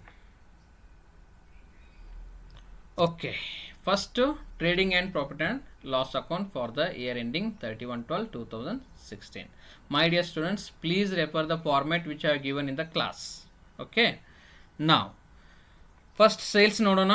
by sales. Okay, ನಾನು ಹೇಳಿದ್ದೆ ನಿಮಗೆ ಸೇಲ್ಸ್ ಕ್ರೆಡಿಟ್ ಸೈಡ್ ಇದೆ ಅಂತಂದರೆ ನಾವು ಅದ್ರದ್ದು ಡೆಬಿಟ್ ಸೈಡ್ ರಿಟರ್ನ್ ಇತ್ತಪ್ಪ ಅಂತಂದ್ರೆ ಅದನ್ನು ನಾವು ಸೇಲ್ಸ್ ರಿಟರ್ನ್ಸ್ ಅಂತ ನಾನು ಹೇಳಿದೆ ನಿಮಗೆ. ನೋಡ್ರಿ ಇಲ್ಲಿ correct. Okay, by sales less sales returns. ಸೇಲ್ಸ್ನಲ್ಲಿ ನೀವು ಮಾರ್ಕ್ ಮಾಡಿಡ್ರಿ, ಅಲ್ಲಿನೂ ನೀವು ಅದಕ್ಕೊಂದು ಅಡ್ಜಸ್ಟ್ಮೆಂಟ್ ಇದೆ ಅಂತ ತಿಳ್ಕೊಳ್ರಿ. 3 lakh. ಸೊ ಫಸ್ಟ್ ನೀವೇನು ಮಾಡಿರಿ, ಇಲ್ಲ ಅಂತಂದರೆ ಓಪನಿಂಗ್ ಸ್ಟಾಕ್ 80,000, ಓಪನಿಂಗ್ ಸ್ಟಾಕ್ ಕೊಟ್ಟಿದ್ದಾರೆ ಪ್ರಾಬ್ಲಮಲ್ಲಿ, ಓಪನಿಂಗ್ ಸ್ಟಾಕ್ 80,000. ನಂತರ ನೀವೇನು ಮಾಡ್ತೀರಿ, by sales 3 lakh less returns 5,000, 2,95,000. ಇಲ್ಲಿ ಓಪನಿಂಗ್ ಸ್ಟಾಕ್ ನಂತರ ಟೂ ಪರ್ಚೇಸಸ್ ಎಷ್ಟಿದೆ, 2 lakh ಇದೆ, ಲೆಸ್ ರಿಟರ್ನ್ಸ್ 4,000. ಸೊ ಅಪೋಸಿಟ್ 4,000 ಎಲ್ಲಿ ತೋರಿಸಿದ್ದಾರೆ ರೀ, ಕ್ರೆಡಿಟ್ ಸೈಡ್ ತೋರಿಸಿದ್ದಾರೆ. ಪರ್ಚೇಸ್ ಎಲ್ಲಿ ತೋರಿಸಿದ್ದಾರೆ, ಡೆಬಿಟ್ ಸೈಡ್ ತೋರಿಸಿದ್ದಾರೆ. ಸೊ ಭಾಳಷ್ಟು ವಿದ್ಯಾರ್ಥಿಗಳು ಈ ಕಾನ್ಸೆಪ್ಟನ್ನು ಅರ್ಥ ಮಾಡ್ಕೊಳ್ಳೋದಕ್ಕೆ ಪ್ರಾಬ್ಲಮ್ಸ್ ಟ್ಯಾಲಿ ಆಗೋದಿಲ್ಲ. ಓಕೆ, ಪರ್ಚೇಸ್ ಯಾವಾಗಲೂ ಡೆಬಿಟ್ ಬ್ಯಾಲೆನ್ಸನ್ನು ತೋರಿಸುತ್ತೆ. ಪರ್ಚೇಸ್ ಇಸ್ ಆ್ಯನ್ ಎಕ್ಸ್ಪೆನ್ಸಸ್ ಅಂತ ನಾವು ಟ್ರೀಟ್ ಮಾಡ್ತೀವಿ. ನಂತರ ಸೇಲ್ಸನ್ನು ನಾವು ರೆವೆನ್ಯೂ ಅಥವಾ ಇನ್ಕಮ್ ಅಂತ ನಾವು ಟ್ರೀಟ್ ಮಾಡ್ತೀವಿ. Sales always shows a credit balance, purchase always shows a debit balance. ಇಷ್ಟು ನೆನಪಿಟ್ಕೊಂಡ್ರಿ ಅಂತಂದ್ರೆ ನಿಮಗೇನು ಕನ್ಫ್ಯೂಸ್ ಆಗೋದಿಲ್ಲ. ದೆನ್ 2 ವೇಜಸ್ ಕೊಟ್ಟಿದ್ದಾರೆ 45,000, ಅದನ್ನು ಇಲ್ಲಿ ಎಂಟ್ರಿ ಮಾಡಿದ್ರಿ. ನಂತರ ಟೋಟಲ್ ಮಾಡಿದ್ರಿ, ಕ್ರೆಡಿಟ್ ಸೈಡ್ ಟೋಟಲ್ 3,85,000 ಬಂದೈತಿ. So there will be a gross profit of 64,000. ಇಲ್ಲಿಗೆ ನಿಮ್ಮ ಟ್ರೇಡಿಂಗ್ ಅಕೌಂಟು ಮುಗೀತು. ನಂತರ ಟು ಗ್ರಾಸ್ ಪ್ರಾಫಿಟನ್ನು ನೀವು ಬ್ರಾಡ್ ಡೌನ್ ಮಾಡ್ಕೊಳ್ತೀರಿ. By gross profit brought down 64,000. So ಈಗ ನಾವು ಇನ್ಕಮ್ ಯಾವುದಾದ್ರೂ ಇದಾವ ಪ್ರಾಬ್ಲಮ್ಲಿ ಇನ್ಕಮ್ ಯಾವುದಾದ್ರು ಕೊಟ್ಟಿದ್ದಾರೆ ಅಂತ ಫಸ್ಟ್ ಇನ್ಕಮ್ 1 ಅಥವಾ 2 ಎಂಟ್ರೀಸ್ ಇರ್ತವೆ, ಅದನ್ನು ನೀವು ಫಸ್ಟ್ ಫಿನಿಶ್ ಮಾಡಿಬಿಡಿ, ಅಂದರೆ ನಿಮ್ಗೆ ಈಸಿಯಾಗಿ ಹೋಗುತ್ತೆ. ಸೊ ಕಮಿಷನನ್ನು ಕ್ರೆಡಿಟ್ ಸೈಡ್ ಕೊಟ್ಟಿದ್ದಾರೆ, ಅದನ್ನೇ ಡೆಬಿಟ್ ಸೈಡ್ ಕೊಟ್ಟಿದ್ರು ಅಂತಂದರೆ ಇಟ್ಸ್ ವಿಲ್ ಬಿ ಎಕ್ಸ್ಪೆನ್ಸಸ್. ಇದನ್ನು ಕ್ರೆಡಿಟ್ ಸೈಡ್ ಕೊಟ್ಟಿದ್ದಕ್ಕೆ ಇದು ಏನಾಗುತ್ತೆ, ಇನ್ಕಮ್ ಆಗುತ್ತೆ. ಆಮೇಲೆ ಇನ್ನೂ ಅದಕ್ಕೆ ಅಡ್ಜಸ್ಟ್ಮೆಂಟ್ ಇದೆ. ಔಟ್ಸ್ಟ್ಯಾಂಡಿಂಗ್ ಕಮಿಷನ್ ಅಂತ 1,000 ರೂಪೀಸ್ ಕೊಟ್ಟಿದ್ದಾರೆ, ಅಂದರೆ ಇನ್ನೂ ಬರಬೇಕಾಗಿದೆ ಕಂಪ್ನಿಗೆ. ಔಟ್ಸ್ಟ್ಯಾಂಡಿಂಗ್ ಅಂತಂದರೆ ಇನ್ನೂ ಕಂಪ್ನಿಗೆ ಬರಬೇಕಾಗಿದೆ ಕಮಿಷನ್ ಮುಖಾಂತರದಲ್ಲಿ, ಅದನ್ನು ನೀವು ಆ್ಯಡ್ ಮಾಡ್ತೀರಿ. ಆ ವರ್ಷ ಟೋಟಲ್ ಕಮಿಷನ್ನು 6,000. ಸೊ ಇನ್ಕಮ್ ಸಂಬಂಧಪಟ್ಟಂತಹ ಒಂದೇ ಎಂಟ್ರಿ ಇದೆ, ಅದನ್ನು ನೀವು ಇಲ್ಲಿ ಎಂಟ್ರಿ ಮಾಡಿದ್ರಿ. ಈಗ ನಾವು ಡೆಬಿಟ್ ಸೈಡ್ ಹೋಗೋಣ. Profit and loss account debit side ಏನೇನು ಎಕ್ಸ್ಪೆನ್ಸಸ್ ಇದ್ದಾವೆ. ಸೊ 2 ಸ್ಯಾಲರೀಸ್ಗೆ ಒಂದು ಅಡ್ಜಸ್ಟ್ಮೆಂಟ್ ಇದೆ, that is outstanding salaries 5,000. Okay, so 15,000 plus 5,000 20,000. 2 ರೆಂಟಿಗೂ ಒಂದು ಅಡ್ಜಸ್ಟ್ಮೆಂಟ್ ಇದೆ, 20,000. Rent is 20,000. ದೆನ್ ಪ್ರೀಪೇಯ್ಡ್ ಅಂತಂದ್ರೆ ಅಡ್ವಾನ್ಸ್ ಆಗಿ ಪೇ ಮಾಡಿದ್ದೀವಿ ನಾವು. ಅಡ್ವಾನ್ಸ್ ಆಗಿ ರೆಂಟನ್ನು ಪೇ ಮಾಡಿದ್ದೀವಿ, ಅದು 2,000 ರೂಪಾಯಿ ಇದೆ, ಅದನ್ನು ನಾವು ಲೆಸ್ ಮಾಡಬೇಕು. ಪ್ರೀಪೇಯ್ಡ್ ಅಂದರೆ ಅಡ್ವಾನ್ಸ್ ಪೇಮೆಂಟ್ ಮಾಡಿರ್ತೀವಿ.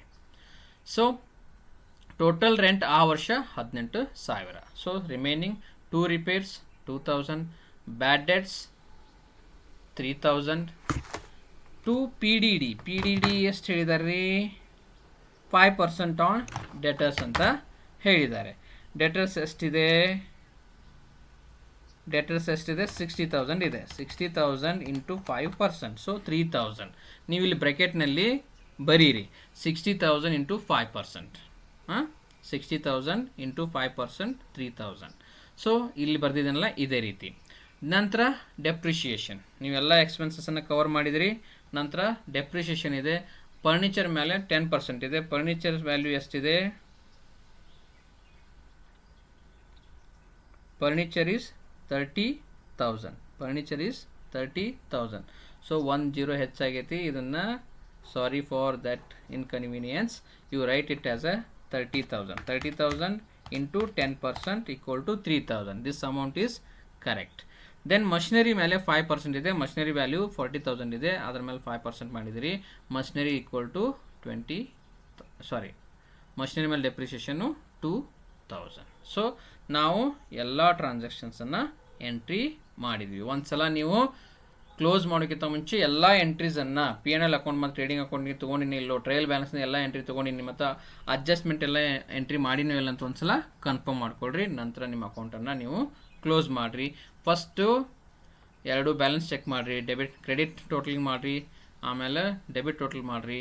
ನಂತರ ಯಾವ್ದು ಜಾಸ್ತಿ ಇರುತ್ತೆ ಅದನ್ನು ಎಂಟ್ರಿ ಮಾಡಿರಿ. ಫಸ್ಟು ಈ ಕೇಸಸ್ನಲ್ಲಿ ಕ್ರೆಡಿಟ್ ಬ್ಯಾಲೆನ್ಸ್ ಜಾಸ್ತಿ ಇದೆ, that is 70,000.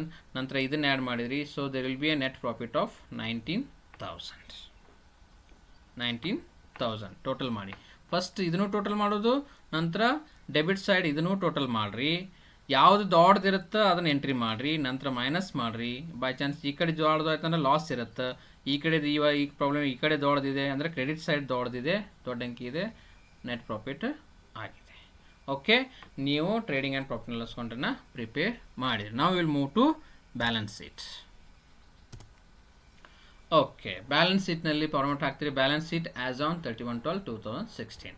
Liabilities amount, assets amount. So first liabilities, capital ಕೊಟ್ಟಿದ್ದಾರೆ ಎಷ್ಟು, 2 lakhs. Capital accounts 2 lakhs.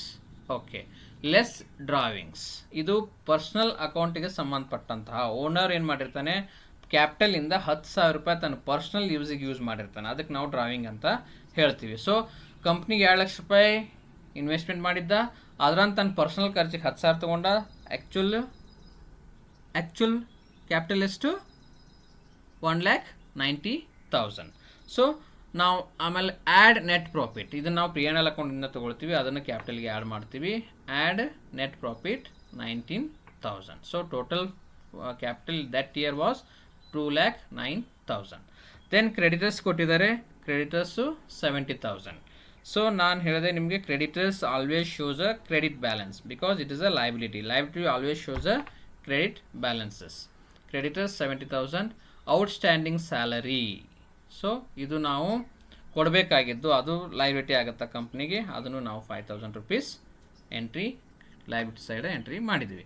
ನಂತರ ಫಿಕ್ಸ್ಡ್ ಅಸೆಟ್ಸ್ನ ಎಂಟ್ರಿ ಮಾಡೋಣ. ಮಷಿನರಿ 40,000, ಡೆಪ್ರಿಷಿಯೇಷನ್ 2,000 ಲೆಸ್ ಮಾಡಿ 38,000, ಫರ್ನಿಚರ್ 30,000 ಲೆಸ್ ಡೆಪ್ರಿಷಿಯೇಷನ್ 3,000 27,000. ನಂತರ ಬಿಲ್ಸ್ ರಿಸಿವೇಬಲ್ ಕೊಟ್ಟಿದ್ದಾರೆ 5,000. ನಂತರ ಡೆಟರ್ಸ್ 60,000, ಅದರಲ್ಲಿ ಲೆಸ್ PDD ಮಾಡಿದ್ದೀವಿ. ನಾವು ಫಾರ್ಮೆಟ್ನಲ್ಲಿ debtors minus bad debts minus PDD ಅಂತ ಮಾಡಿರ್ತೀವಿ. ಫಾರ್ಮೆಟ್ ನೋಡಿ ನೀವು ಮಾಡೋಕೆ ಹೋದ್ರೆ ಅಂತಂದ್ರೆ ರಾಂಗ್ ಆಗುತ್ತೆ. ಬ್ಯಾಡ್ ಡೆಟ್ಸನ್ನು ಅವರು ಟ್ರಯಲ್ ಬ್ಯಾಲೆನ್ಸ್ನ ಕೊಟ್ಟಿರೋ ಅಂತಂದ್ರೆ ಅದನ್ನು ಓನ್ಲಿ ನೀವು P&L ಅಕೌಂಟ್ನಲ್ಲಿ ತೋರಿಸ್ಬೇಕು. ಅದನ್ನು ಅವರು ಬ್ಯಾಡ್ ಡೆಟ್ಸ್ನ ಅಡ್ಜಸ್ಟ್ಮೆಂಟಲ್ಲಿ ಕೊಟ್ಟಿದ್ರು ಅಂತಂದ್ರೆ ನೀವು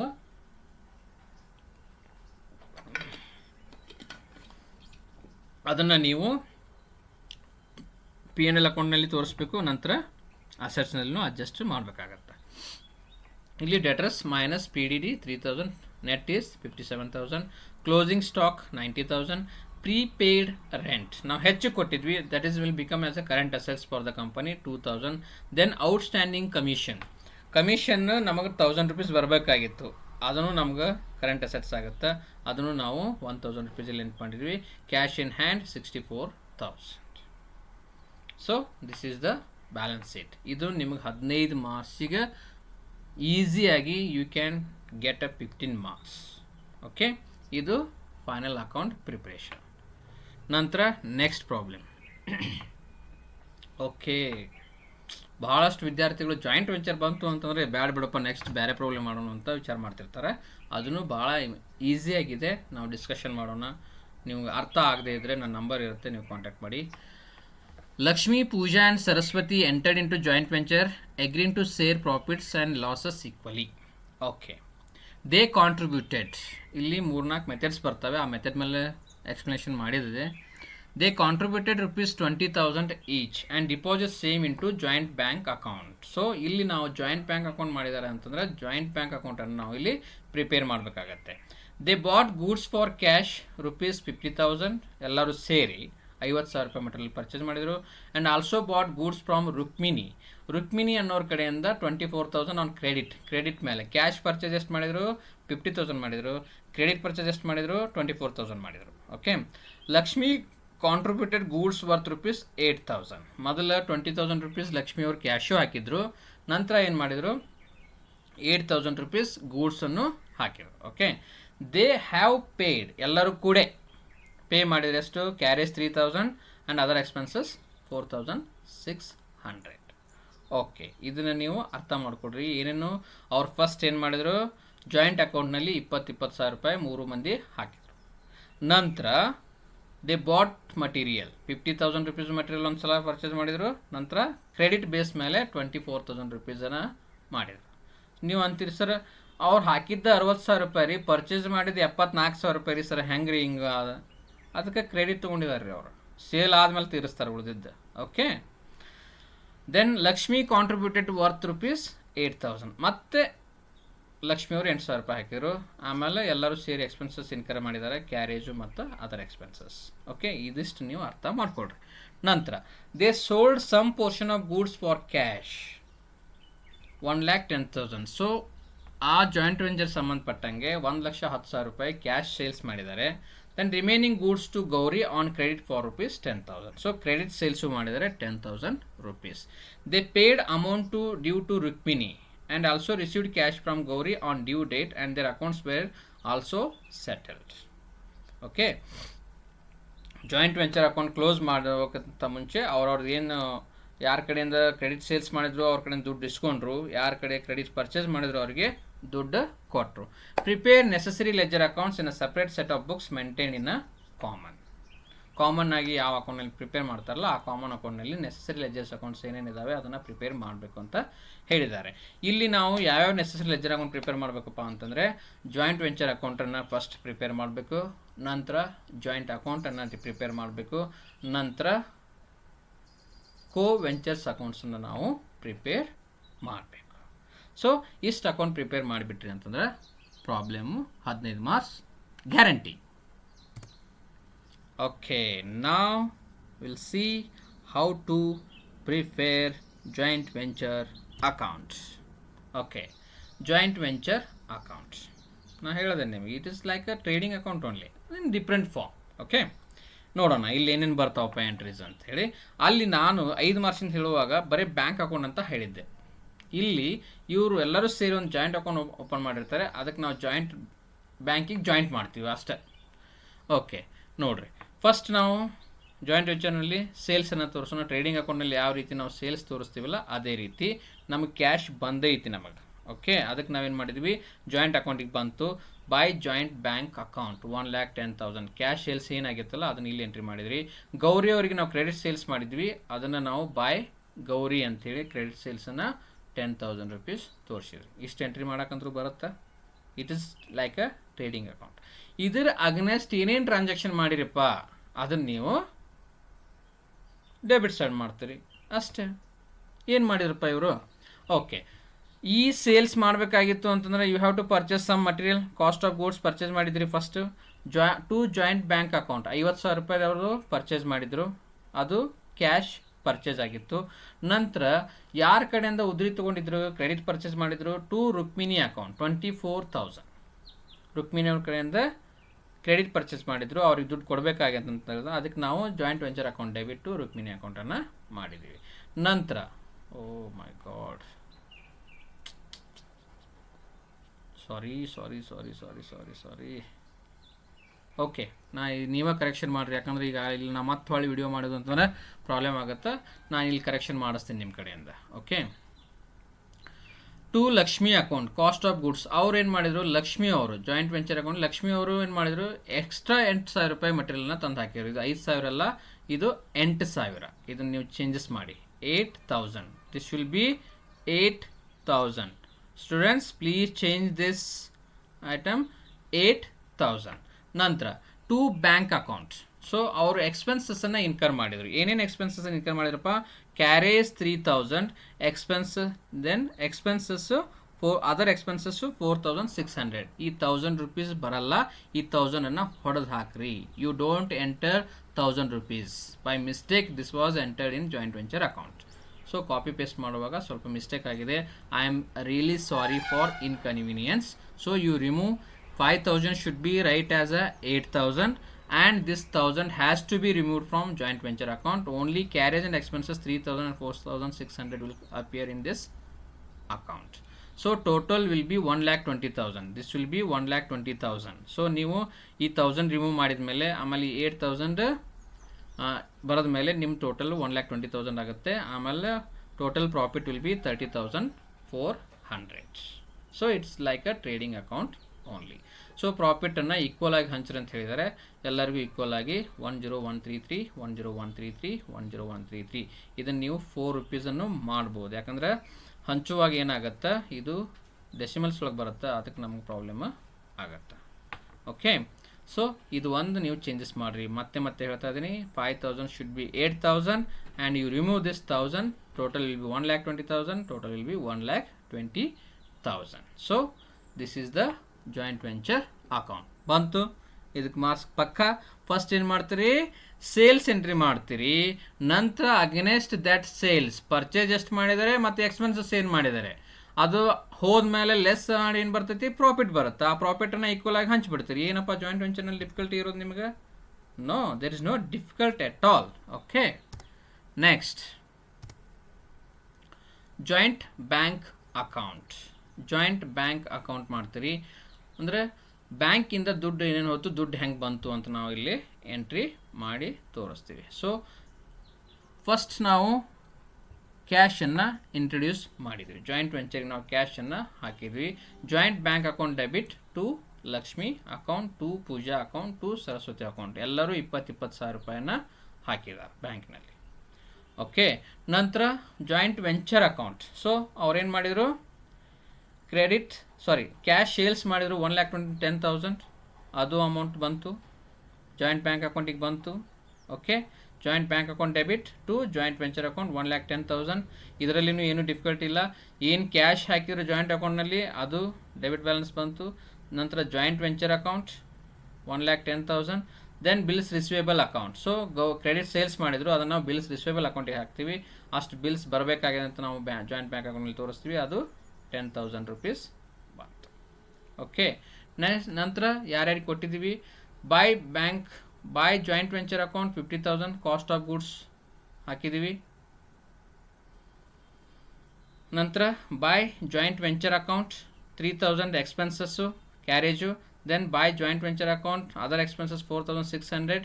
ದೆನ್ ರುಕ್ಮಿಣಿಗೆ ನೀವು ಅಮೌಂಟ್ ಪೇ ಮಾಡ್ರಿ ಅಂತ ಹೇಳಿದರು. So by Rukmini 24,000 rupees pay ಮಾಡಿದ್ರಿ. By Lakshmi account.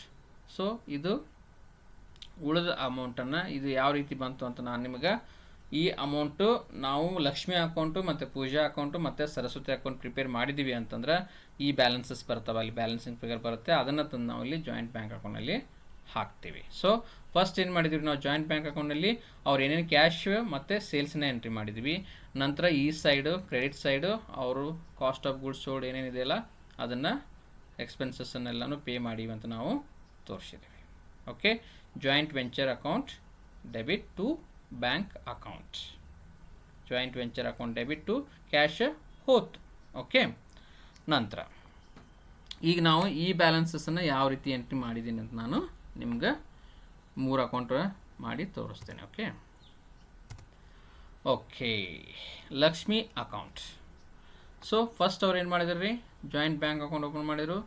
ಯಾರು ಕೊಟ್ಟರು, ಲಕ್ಷ್ಮಿ ಅಕೌಂಟ್ ಕೊಟ್ಟರು. Debit the receiver, credit the giver. So credit the giver, joint bank account debit to Lakshmi account 20,000 rupees she has introduced. ನಂತರ she has again introduced 8,000 rupees goods also. 8,000 rupees goods also she has introduced. So ಆ ಕಂಪ್ನಿಗೆ ಅವಳು ಹಾಕಿದ amount ಎಷ್ಟಾಯ್ತು ಈಗ 8,000 ಮತ್ತು profit ಬಂದಿತ್ತು that is 10,333. ಇದು ಜಾಯಿಂಟ್ ವೆಂಚರ್ ಅಕೌಂಟಿಂದ ಪ್ರಾಫಿಟ್ ಅರೈವ್ ಮಾಡ್ಕೊಂಡಿದ್ದೀರಿ ನೀವು, ಅದನ್ನು ಲಕ್ಷ್ಮಿ ಅಕೌಂಟಿಗೆ ನಾವು ಹಾಕಿದ್ವಿ. So total 38,333. ಸೊ ಇದನ್ನು ನಾವು ಜಾಯಿಂಟ್ ಬ್ಯಾಂಕ್ ಅಕೌಂಟಿಗೆ ಟ್ರಾನ್ಸ್ಫರ್ ಮಾಡ್ತೀವಿ to joint bank account. Okay, ಅದನ್ನೇ ನಾನು ಇಲ್ಲಿ ತೋರಿಸಿದ್ದೇನೆ ನೋಡಿರಿ. 38,133 ಜಾಯಿಂಟ್ ಬ್ಯಾಂಕ್ ಅಕೌಂಟ್ ಅಲ್ಲಿ to by Lakshmi account, Lakshmi account debit to joint bank account. Okay ನೋಡ್ರಿ, Lakshmi account debit to joint bank account. So same way ಮತ್ತು Pooja account by joint bank account 20,000 by joint venture account ಪ್ರಾಫಿಟನ್ನು transfer ಮಾಡಿದ್ವಿ, ಅದನ್ನು total ಮಾಡಿದ್ವಿ, ಅದನ್ನು joint bank ಅಕೌಂಟಿಗೆ transfer ಮಾಡಿದ್ವಿ, close ಮಾಡಿದ್ವಿ. ನಂತರ ಸರಸ್ವತಿ ಅಕೌಂಟು ಸೇಮು ಅದೇ ರೀತಿ. ಇಲ್ಲಿ ₹1 ಡಿಫ್ರೆನ್ಸ್ ಬರ್ತದೆ ಅಂತೇಳಿ ನಾನು ಒಬ್ಬರಿಗೆ ₹1 ಹೆಚ್ಚಿಗೆ ಕೊಟ್ಟಿದ್ದೀನಿ. ಈಕ್ವಲ್ ಕೊಡ್ಬೇಕಾರೆ ಅಂದ್ರೆ ₹1 ಯಾರಿಗೆ ಒಬ್ಬರಿಗೆ ಈಕ್ವಲ್ ಆಗಿ ಹಂಚಿದ್ದೀವಿ. ಓಕೆ, ಸೇಮ್ ಟ್ರಾನ್ಸಾಕ್ಷನ್, ಇದನ್ನು ನಾವು ಏನು ಮಾಡಿದ್ದೀವಿ ಇಲ್ಲಿ ಎಂಟ್ರಿ ಮಾಡಿವಿ. So Lakshmi account, Pooja account, Saraswati account. So this account should be tallied. Okay, ಇಷ್ಟು ಪ್ರಾಬ್ಲಮ್ ಮಾಡಿದ್ರಿ ಅಂತ ನಿಮಗೆ 15 ಮಾರ್ಕ್ಸ್ ಪಕ್ಕ. ಇದ್ರಾಗ ಏನು ಕನ್ಫ್ಯೂಸ್ ಐತಪ್ಪ, ಏನೇನು ಕನ್ಫ್ಯೂಸ್ ಇಲ್ಲ. ಇನ್ನೊಂದು ಸಲ ನಿಮಗೆ ಹೇಳ್ತೀನಿ ನಾನು, ಏನು ಮಾಡಿದ್ವಿ ನಾವು, ಯಾರ್ಯಾರು ಏನೇನು ಟ್ರಾನ್ಸಾಕ್ಷನ್ ಮಾಡಿದ್ದಾರೆ ಅಂತ ತಿಳ್ಕೊಂಡ್ವಿ. ಜಾಯಿಂಟ್ ವೆಂಚರ್ ಅಕೌಂಟ್ ಹಾಕಿದ್ವಿ. Joint venture account is treated as a trading, ಅಂದ್ರೆ ಟ್ರೇಡಿಂಗ್ ಅಕೌಂಟ್ ಥರನೇ ಇರುತ್ತೆ. ಸೇಲ್ಸ್ ಬರುತ್ತೆ ಇಲ್ಲಿ ಇಲ್ಲಿ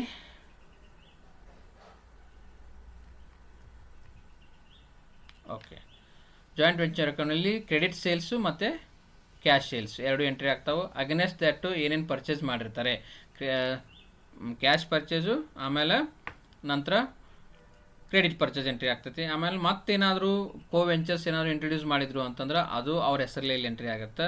ನಂತರ ಎಕ್ಸ್ಪೆನ್ಸಸ್ ಏನೇನು ಇನ್ಕ್ರೀ ಮಾಡಿರ್ತಾರೆ ಅದು ಇದರಲ್ಲಿ ಎಂಟ್ರಿ ಆಗುತ್ತೆ. ಇದು 8,000 ಈ 1,000 ರೂಪೀಸ್ ಹೊಡೆದು ಹಾಕ್ರಿ. ಆಮೇಲೆ ಇದು 1,20,000 ರೂಪೀಸ್ ಟ್ಯಾಲಿ ಆಗುತ್ತೆ. ಸಾರಿ ಒನ್ಸ್ ಅಗೈನ್. ನಂತರ ಜಾಯಿಂಟ್ ಬ್ಯಾಂಕ್ ಅಕೌಂಟ್ನಲ್ಲಿ ನೋಡ್ರಿ ಏನೇನು ಕ್ಯಾಶ್ ಹಾಕಿದ್ರು ಅವರು. ಫಸ್ಟ್ ಕ್ಯಾಶ್ ಏನು ಇಂಟ್ರೊಡ್ಯೂಸ್ ಮಾಡಿದ್ರು 20,000. ನಂತರ ಸೇಲ್ಸ್ ಆಗಿ ಏನು ದುಡ್ಡು ಬಂದಿತ್ತು ಅದನ್ನು ನಾವು ಡೆಬಿಟ್ ಸೈಡ್ ಹಾಕ್ತೀವಿ. Okay, joint bank account debit to joint venture account. Cash ಬಂತು, cash account debit what comes in, credit what goes out. ಅದೇ ರೀತಿ ಇಲ್ಲಿ ನಾವು ಉಳಿದಿದ್ದು ಕ್ರೆಡಿಟ್ ಹಾಕಿದ್ವಿ, ಏನೇನು ಪರ್ಚೇಸ್ ಮಾಡಿದ್ರಲ್ಲ ಅದನ್ನು ಹಾಕಿದ್ವಿ, ಎಕ್ಸ್ಪೆನ್ಸಸ್ ಏನು ಇನ್ಕರ್ ಮಾಡಿದ್ರು ಅದನ್ನು ಹಾಕಿದ್ವಿ. ನಂತರ ರುಕ್ಮಿಣಿ ಅವರು ಕ್ರೆಡಿಟ್ ಪರ್ಚೇಸ್ ಮಾಡಿದ್ವಿ ಅದನ್ನು ಹಾಕಿದ್ವಿ. ನಂತರ ನಾವು ವೆಂಚರ್ಸ್ ಅಕೌಂಟ್ ಪ್ರಿಪೇರ್ ಮಾಡಿ ಅವ್ರ ಬ್ಯಾಲೆನ್ಸಸ್ ಏನು ಬರ್ತಾವಲ್ಲ ಅದು ಇಲ್ಲಿ ಬಂದು ಎಂಟ್ರಿ ಆಗುತ್ತೆ. ಆಮೇಲೆ ನಿಮ್ಮ ಅಕೌಂಟ್ ಟ್ಯಾಲಿ ಆಗುತ್ತೆ. Okay, individual partners co ventures ಅಕೌಂಟಲ್ಲಿ ಏನು ಮಾಡ್ತೀವಿ, ಅವ್ರು ಏನು ಕ್ಯಾಶ್ ಹಾಕಿದ್ರು to joint bank account debit to Lakshmi account ಅದು ಹಾಕಿದ್ವಿ, ಮತ್ತು ಅವ್ರು ಗೂಡ್ಸ್ ಹಾಕಿದ್ರು, ನಂತರ ಪ್ರಾಫಿಟ್ ಅವ್ರಿಗೆ ಕೊಡಬೇಕಾಗಿತ್ತು 10333. ಸೊ ಟೋಟಲ್ ಅವ್ರಿಗೆ ಕೊಡಬೇಕಾಗಿದ್ದು ನಾವು 38133. ಸೇಮ್ ಇದನ್ನು ಮಾಡಿ ನಾವು ಜಾಯಿಂಟ್ ಅಕೌಂಟಲ್ಲಿ ತೋರಿಸ್ತೀವಿ. So joint venture account is also very very simple. ಇನ್ನೊಂದು ಸಲ ನಿಮ್ಗೆ ತಿಳಿಲಿಲ್ಲ ಅಂದರೆ ಮತ್ತೆ ಒಂದು ಸಲ ವಿಡಿಯೋ ವಾಚ್ ಮಾಡಿ ಅಂಡರ್ಸ್ಟ್ಯಾಂಡ್ ಮಾಡ್ಕೊಳ್ರಿ. Go to exam and write the exam and you will definitely get 15 marks. Next, Mr. Raghu, who keeps his books under a single entry system. Okay, ಇದು single entry system conversion, single entry system to joint venture account ಇದೆ. So ಇಲ್ಲಿ piece mill distribution ಒಂದು question ಇದೆ, ಅದನ್ನು 9ನೇದು, ಅದು ನಮ್ಮ ಸಿಲೆಬಸ್ಸಿಗೆ ಇಲ್ಲ, ಅದನ್ನು ನಾನು ಸ್ಕಿಪ್ ಮಾಡಿದ್ದೀನಿ. ಈಗ ಲೇಟೆಸ್ಟ್ ಸಿಲೆಬಸ್ ಏನಿದೆ ಅಲ್ಲ ಅದನ್ನು ಮಾತ್ರ ನಾನು ಹೇಳ್ತಾ ಇದ್ದೀನಿ. Okay, Raghu who keeps books under the single entry system, the following year his receipts and payments for the year ended 31 December 2016. So receipts ಕೊಟ್ಟಿದ್ದಾರೆ, ಪೇಮೆಂಟ್ಸ್ ಕೊಟ್ಟಿದ್ದಾರೆ. Received from debtors 64,000, cash sales 5,000, press capital introduced 12,000, private dividend paid into bank 600, interest from bank 400. Next, payment side, paid to creditors, purchase of cycle for his daughter, drawings, bought mobile for his son, then wages, rent, salaries. ಇದು receipt and ಪೇಮೆಂಟ್ಸನ್ನು ಕೊಟ್ಟಿದ್ದಾರೆ. ನಂತರ opening ಮತ್ತು closing ಅಸೆಟ್ಸನ್ನು ಕೊಟ್ಟಿದ್ದಾರೆ. Plant 20,000, furniture 5,000, stock 15,000, 25,000, debtors 14,000, 10,000, creditors 25,000, 20,000, cash 1,000, 9,500. So some adjustment ಕೊಟ್ಟಿದ್ದಾರೆ. Depreciate plant at 10% and furniture by 20% and make a provision for doubtful debts at 5% on debtors. From the above particulars, prepare trading profit and loss account for the year ending 31st December 2016 and balance it as on that date. Sir, conversion of single entry into joint stock company sir ನಮಗೂ ಇದು difficulty ಆಗ್ತೈತೆ ಅಂತ ಕೆಲವೊಂದಿಷ್ಟು ವಿದ್ಯಾರ್ಥಿಗಳು doubt ಪಡ್ತಾ ಇದ್ದಾರೆ. ಇದೂ ಬಹಳ ಈಸಿ ಇದೆ ಸರ್. ಏನು ಸರ್ ಎಲ್ಲ ಈಸಿ? ಹೌದು, ಅಷ್ಟು ಈಸಿ ಇದ್ದಲ್ಲೇ ನಾನು ಹೇಳ್ತಿರ್ತೀನಿ. ನೀವು ಪ್ರಾಬ್ಲಮ್ನ ಅರ್ಥ ಮಾಡ್ಕೊಳ್ರಿ. ಪ್ರಾಬ್ಲಮ್ನ ಅರ್ಥ ಮಾಡ್ಕೊಂಡ ನಂತರ ಏನು ಕೊಟ್ಟಿಲ್ಲ, ಏನು ಕೊಟ್ಟಾರ ಅನ್ನೋದು ಅರ್ಥ ಮಾಡ್ಕೊಂಡು ನೀವು ಪ್ರಾಬ್ಲಮ್ ಸಾಲ್ವ್ ಮಾಡಿದ್ರಿ ಅಂತಂದ್ರೆ ಇಟ್ಸ್ ವೆರಿ ಈಸಿ. ಸೊ ಇಲ್ಲಿ ಕ್ಯಾಪಿಟಲ್ ಕೊಟ್ಟಿಲ್ಲ, ಪ್ರಾಬ್ಲಮ್ ಇನ್ನೊಂದ್ಸಲ ಹೋದ್ರಿ. ಇಲ್ಲಿ ಕ್ಯಾಪಿಟಲ್ ಕೊಟ್ಟಿದ್ದಾರೆ, ಏನು ಪ್ರೆಸ್ ಕ್ಯಾಪಿಟಲ್ ಇಂಟ್ರೊಡ್ಯೂಸ್, ಆದರೆ ಅರ್ಲಿಯರ್ ಕ್ಯಾಪಿಟಲ್ ಎಷ್ಟಿದೆ ಅಂತ ನಮ್ಗೆ ಗೊತ್ತಿಲ್ಲ. ನಾನು ನಿಮಗೆ conversion of single entry into joint stock company ಹೇಳುವಾಗ ಫಾರ್ಮೆಟ್ಸ್ ಬರೆದಿಟ್ಟಿದ್ದೀನಿ. ಟೋಟಲ್ ಡೇಟರ್ಸು, ಆಮೇಲೆ bills receivable account, creditors account, bills payable account. ಅದಕ್ಕಿಂತ ಮುಂಚೆ ಸ್ಟೇಟ್ಮೆಂಟ್ ಆಫ್ ಅಫೇರ್ಸನ್ನು ಬಿಡಿಸ್ಬೇಕು ನಾವು. ಸ್ಟೇಟ್ಮೆಂಟ್ ಆಫ್ ಅಫೇರ್ಸನ್ನು ಯಾಕೆ ಬಿಡಿಸ್ತೀವಪ್ಪ ಅಂತಂದರೆ ಕ್ಯಾಪಿಟಲ್ ಎಷ್ಟಿದೆ ಅಂತ ನಮ್ಗೆ ಗೊತ್ತು ಮಾಡ್ಕೋಬೇಕಾಗಿತ್ತು ಅಂತಂದ್ರೆ ನಾವು ಸ್ಟೇಟ್ಮೆಂಟ್ ಆಫ್ ಅಫೇರ್ಸನ್ನು ಬಿಡಿಸ್ಬೇಕು. Considering opening assets and liabilities. Okay, ನಾವು 1 by 1 ಯಾವ ರೀತಿ ಬಿಡಿಸ್ಬೇಕು ಅಂತ ನಾನು ಹೇಳ್ಕೊತಾ ಹೋಗ್ತೀನಿ. ನೀವು ಜಸ್ಟ್ ಅಬ್ಸರ್ವ್ ಮಾಡ್ಕೊತ ಹೋಗ್ರಿ, ಎಲ್ಲ ಬಿಡಿಸ್ಕೊತಾ ಹೋಗ್ರಿ. Okay, statement of affairs simple ಏನಿದೆ, ಅದರಲ್ಲಿ ಏನೂ ಇಲ್ಲ. ಅವರು 1/1/2016 ಏನೇನು ಅಸೆಟ್ಸ್ ಇದ್ದಾವೆ ಅದನ್ನು ಅಸೆಟ್ ಸೈಡ್ ಬರೀರಿ. ನಂತರ ಲೈಬಿಲಿಟೀಸ್ ಏನಿದ್ದಾವೆ ಲೈಬಿಲಿಟೀಸ್ ಸೈಡ್ ಬರೀರಿ. ಸೊ ಡಿಫ್ರೆನ್ಸ್ ಏನು ಬರುತ್ತಲ್ಲ ಅದು ಕ್ಯಾಪಿಟಲ್ ಇರುತ್ತಂತ ತಿಳ್ಕೊಬೇಕು. ಸೊ ನೋಡಿರಿ, 1/1/2016 ಪ್ಲ್ಯಾಂಟ್ ಎಷ್ಟಿತ್ತು? 20,000 ಇತ್ತು. ಫರ್ನಿಚರ್ 5,000 ಇತ್ತು. ಸ್ಟಾಕ್ 15,000 ಇತ್ತು. ಡೆಟರ್ಸ್ 14,000 ಇತ್ತು. ಕ್ಯಾಶ್ 1,000 ಇತ್ತು. ಕ್ರೆಡಿಟರ್ಸ್ 25,000 ಇತ್ತು. ಸೊ ಟೋಟಲ್ ಅಸೆಟ್ಸ್ನ ನೀವು ಟೋಟಲ್ ಮಾಡಿದಾಗ 55,000, ಆಮೇಲೆ ಮೈನಸ್ ಕ್ರೆಡಿಟರ್ಸ್ ಮಾಡಿದಂತ ಉಳಿದೇನಿರುತ್ತಲ್ಲ ಅದು capital, balancing figure. So capital ಕೊಟ್ಟಿದ್ದಿಲ್ಲ, ಅದಕ್ಕೆ ನಾವು ಫಸ್ಟ್ ಕ್ಯಾಪಿಟಲ್ ಅರೈವ್ ಮಾಡಲಿಕ್ಕೆ ನಾವೇನು ಮಾಡಿದ್ವಿ, ಸ್ಟೇಟ್ಮೆಂಟ್ ಆಫ್ ಅಫೇರ್ಸನ್ನು ಪ್ರಿಪೇರ್ ಮಾಡಿದ್ದೀವಿ. ಓಕೆ, ಇನ್ನು ಮತ್ತೆ ಥ್ರಿಲ್ ಇದೆ. ಇಲ್ಲಿ ಕ್ರೆಡಿಟ್ ಪರ್ಚೇಸು ಮತ್ತು ಸೇಲ್ಸನ್ನು ಕೊಟ್ಟಿಲ್ಲ. ಪ್ರಾಬ್ಲಮ್ನಲ್ಲಿ ಎಲ್ಲಾದರೂ ಸೇಲ್ಸು ಮತ್ತು ಪರ್ಚೇಸ್ ಅಂತ ಕೊಟ್ಟಿದ್ದಾರಾ? ಇಲ್ಲ. ಅವರು ಬರೀ ಏನು ಮಾಡಿದ್ದಾರೆ, ಡೆಟರ್ಸ್ ಕಡೆಯಿಂದ ಇಷ್ಟು ಅಮೌಂಟ್ ರಿಸೀವ್ ಮಾಡ್ಕೊಂಡ್ವಿ, ಕ್ರೆಡಿಟ್ಸ್ ಇಷ್ಟು ಅಮೌಂಟ್ ಪೇ ಮಾಡಿದ್ವಿ ಅಂತ. ನಂತರ ಡೆಟರ್ಸು ಮತ್ತು ಕ್ರೆಡಿಟರ್ಸ್ದು ಓಪನಿಂಗ್ ಕ್ಲೋಸಿಂಗಸನ್ನು ಕೊಟ್ಟಿದ್ದಾರೆ. ಈ ಬೇಸ್ ಇಟ್ಕೊಂಡು ನೀವೇನು ಮಾಡಬೇಕಾಗತ್ತಪ್ಪ ಅಂತಂದ್ರೆ ಕ್ರೆಡಿಟ್ ಸೇಲ್ಸು ಮತ್ತು ಕ್ರೆಡಿಟ್ ಪರ್ಚೇಸಸನ್ನು ಕಂಡು ಹಿಡಿಬೇಕಾಗತ್ತೆ. ಸೊ ಅದನ್ನು ಯಾವ ರೀತಿ ಕಂಡುಹಿಡಿಬೇಕಪ್ಪ ಅಂತಂದರೆ you have to prepare the total debtors account and total creditors account. So ಇದನ್ನು ಬಹಳ ಸಿಂಪಲ್ ಇದೆ. ಸೊ ಟೋಟಲ್ ಡೆಟರ್ಸ್ ಅಕೌಂಟ್ನಲ್ಲಿ ಏನು ಮಾಡ್ತೀರಿ, ಫಸ್ಟ್ ಓಪನಿಂಗ್ ಬ್ಯಾಲೆನ್ಸ್ ಏನಿರುತ್ತಲ್ಲ ಅದನ್ನು ನೀವು ಡೆಬಿಟ್ ಬ್ಯಾಲೆನ್ಸ್, ನಾನು ಹೇಳಿದ ಹಾಗೆ ಡೆಟರ್ಸ್ ಅಸೆಟ್ಸು, ಕರೆಂಟ್ ಅಸೆಟ್ಸು, ಅದನ್ನು ನಾವು always asset shows debit balance. Okay, to balance brought down 14,000. ನಂತರ ಕ್ಯಾಶ್ ಪೇ ಮಾಡಿದರೆ ಅದು ಎಲ್ಲಿ ಗೊತ್ತಾಗುತ್ತೆ ನಿಮಗೆ, ಸಾರಿ ರಿಸೀವ್ಡ್ ಫ್ರಾಮ್ ಡೆಟರ್ಸ್, ರಿಸಿಪ್ಟ್ನಲ್ಲಿದೆ ನೋಡಿರಿ, to by cash account 64,000. Cash comes in, ಯಾರ ಕಡೆಯಿಂದ ಬಂತು, ಡೆಟರ್ಸ್ ಕಡೆಯಿಂದ ಬಂತು. Cash account debit to debtors account. So ಅವಾಗ ನೀವೇನು ಮಾಡಿದ್ರೆ 64,000 rupees ಕ್ಯಾಶ್ ಬಂತು, ಅದನ್ನಿಲ್ಲಿ ಎಂಟ್ರಿ ಮಾಡಿದ್ದೀರಿ. ಸೊ ಕ್ಲೋಸಿಂಗ್ ಬ್ಯಾಲೆನ್ಸ್ ಕೊಟ್ಟಿದ್ರು, by balance carried down, closing balance ಎಷ್ಟಿದೆ 10,000 rupees ಇದೆ, ಅದನ್ನು ಎಂಟ್ರಿ ಮಾಡಿದ್ರಿ. ಸೊ ರಿಮೈನಿಂಗ್ ಏನು ಉಳಿಯುತ್ತಲ್ಲ ಇದನ್ನು ಕ್ರೆಡಿಟ್ ಸೈಡ್ ಟೋಟಲ್ ಮಾಡಿದ್ರಿ 74,000 ಇದೆ, ಬ್ಯಾಲೆನ್ಸ್ ಬ್ರಾಟ್ ಡೌನ್ ಎಷ್ಟಿದೆ 14,000 ಇದೆ. ಉಳಿದದ್ದು ಏನಪ್ಪ ಅಂತಂದರೆ ಅದು credit sales 60,000. Very very simple.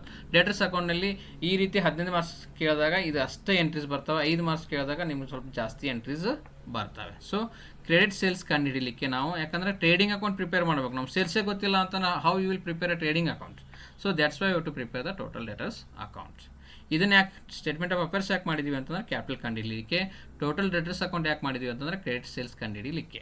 So same total creditors account by balance brought down. So creditors is a liability. Liability always shows a credit balance 25,000. ನಂತರ cash pay ಮಾಡಿದ್ವಿ, ಪೇಮೆಂಟ್ ಸೈಡ್ ಇದೆ ನೋಡಿರಿ 55,000 paid to creditors to cash account. Creditors account debit to cash account 55,000. Closing balance ಕೊಟ್ಟಿದ್ದಾರೆ ಪ್ರಾಬ್ಲಮ್ನಲ್ಲಿ 20,000. So ಏನು balancing figure ಉಳಿಯುತ್ತಲ್ಲ ಅದು 50,000 rupees is a credit purchase.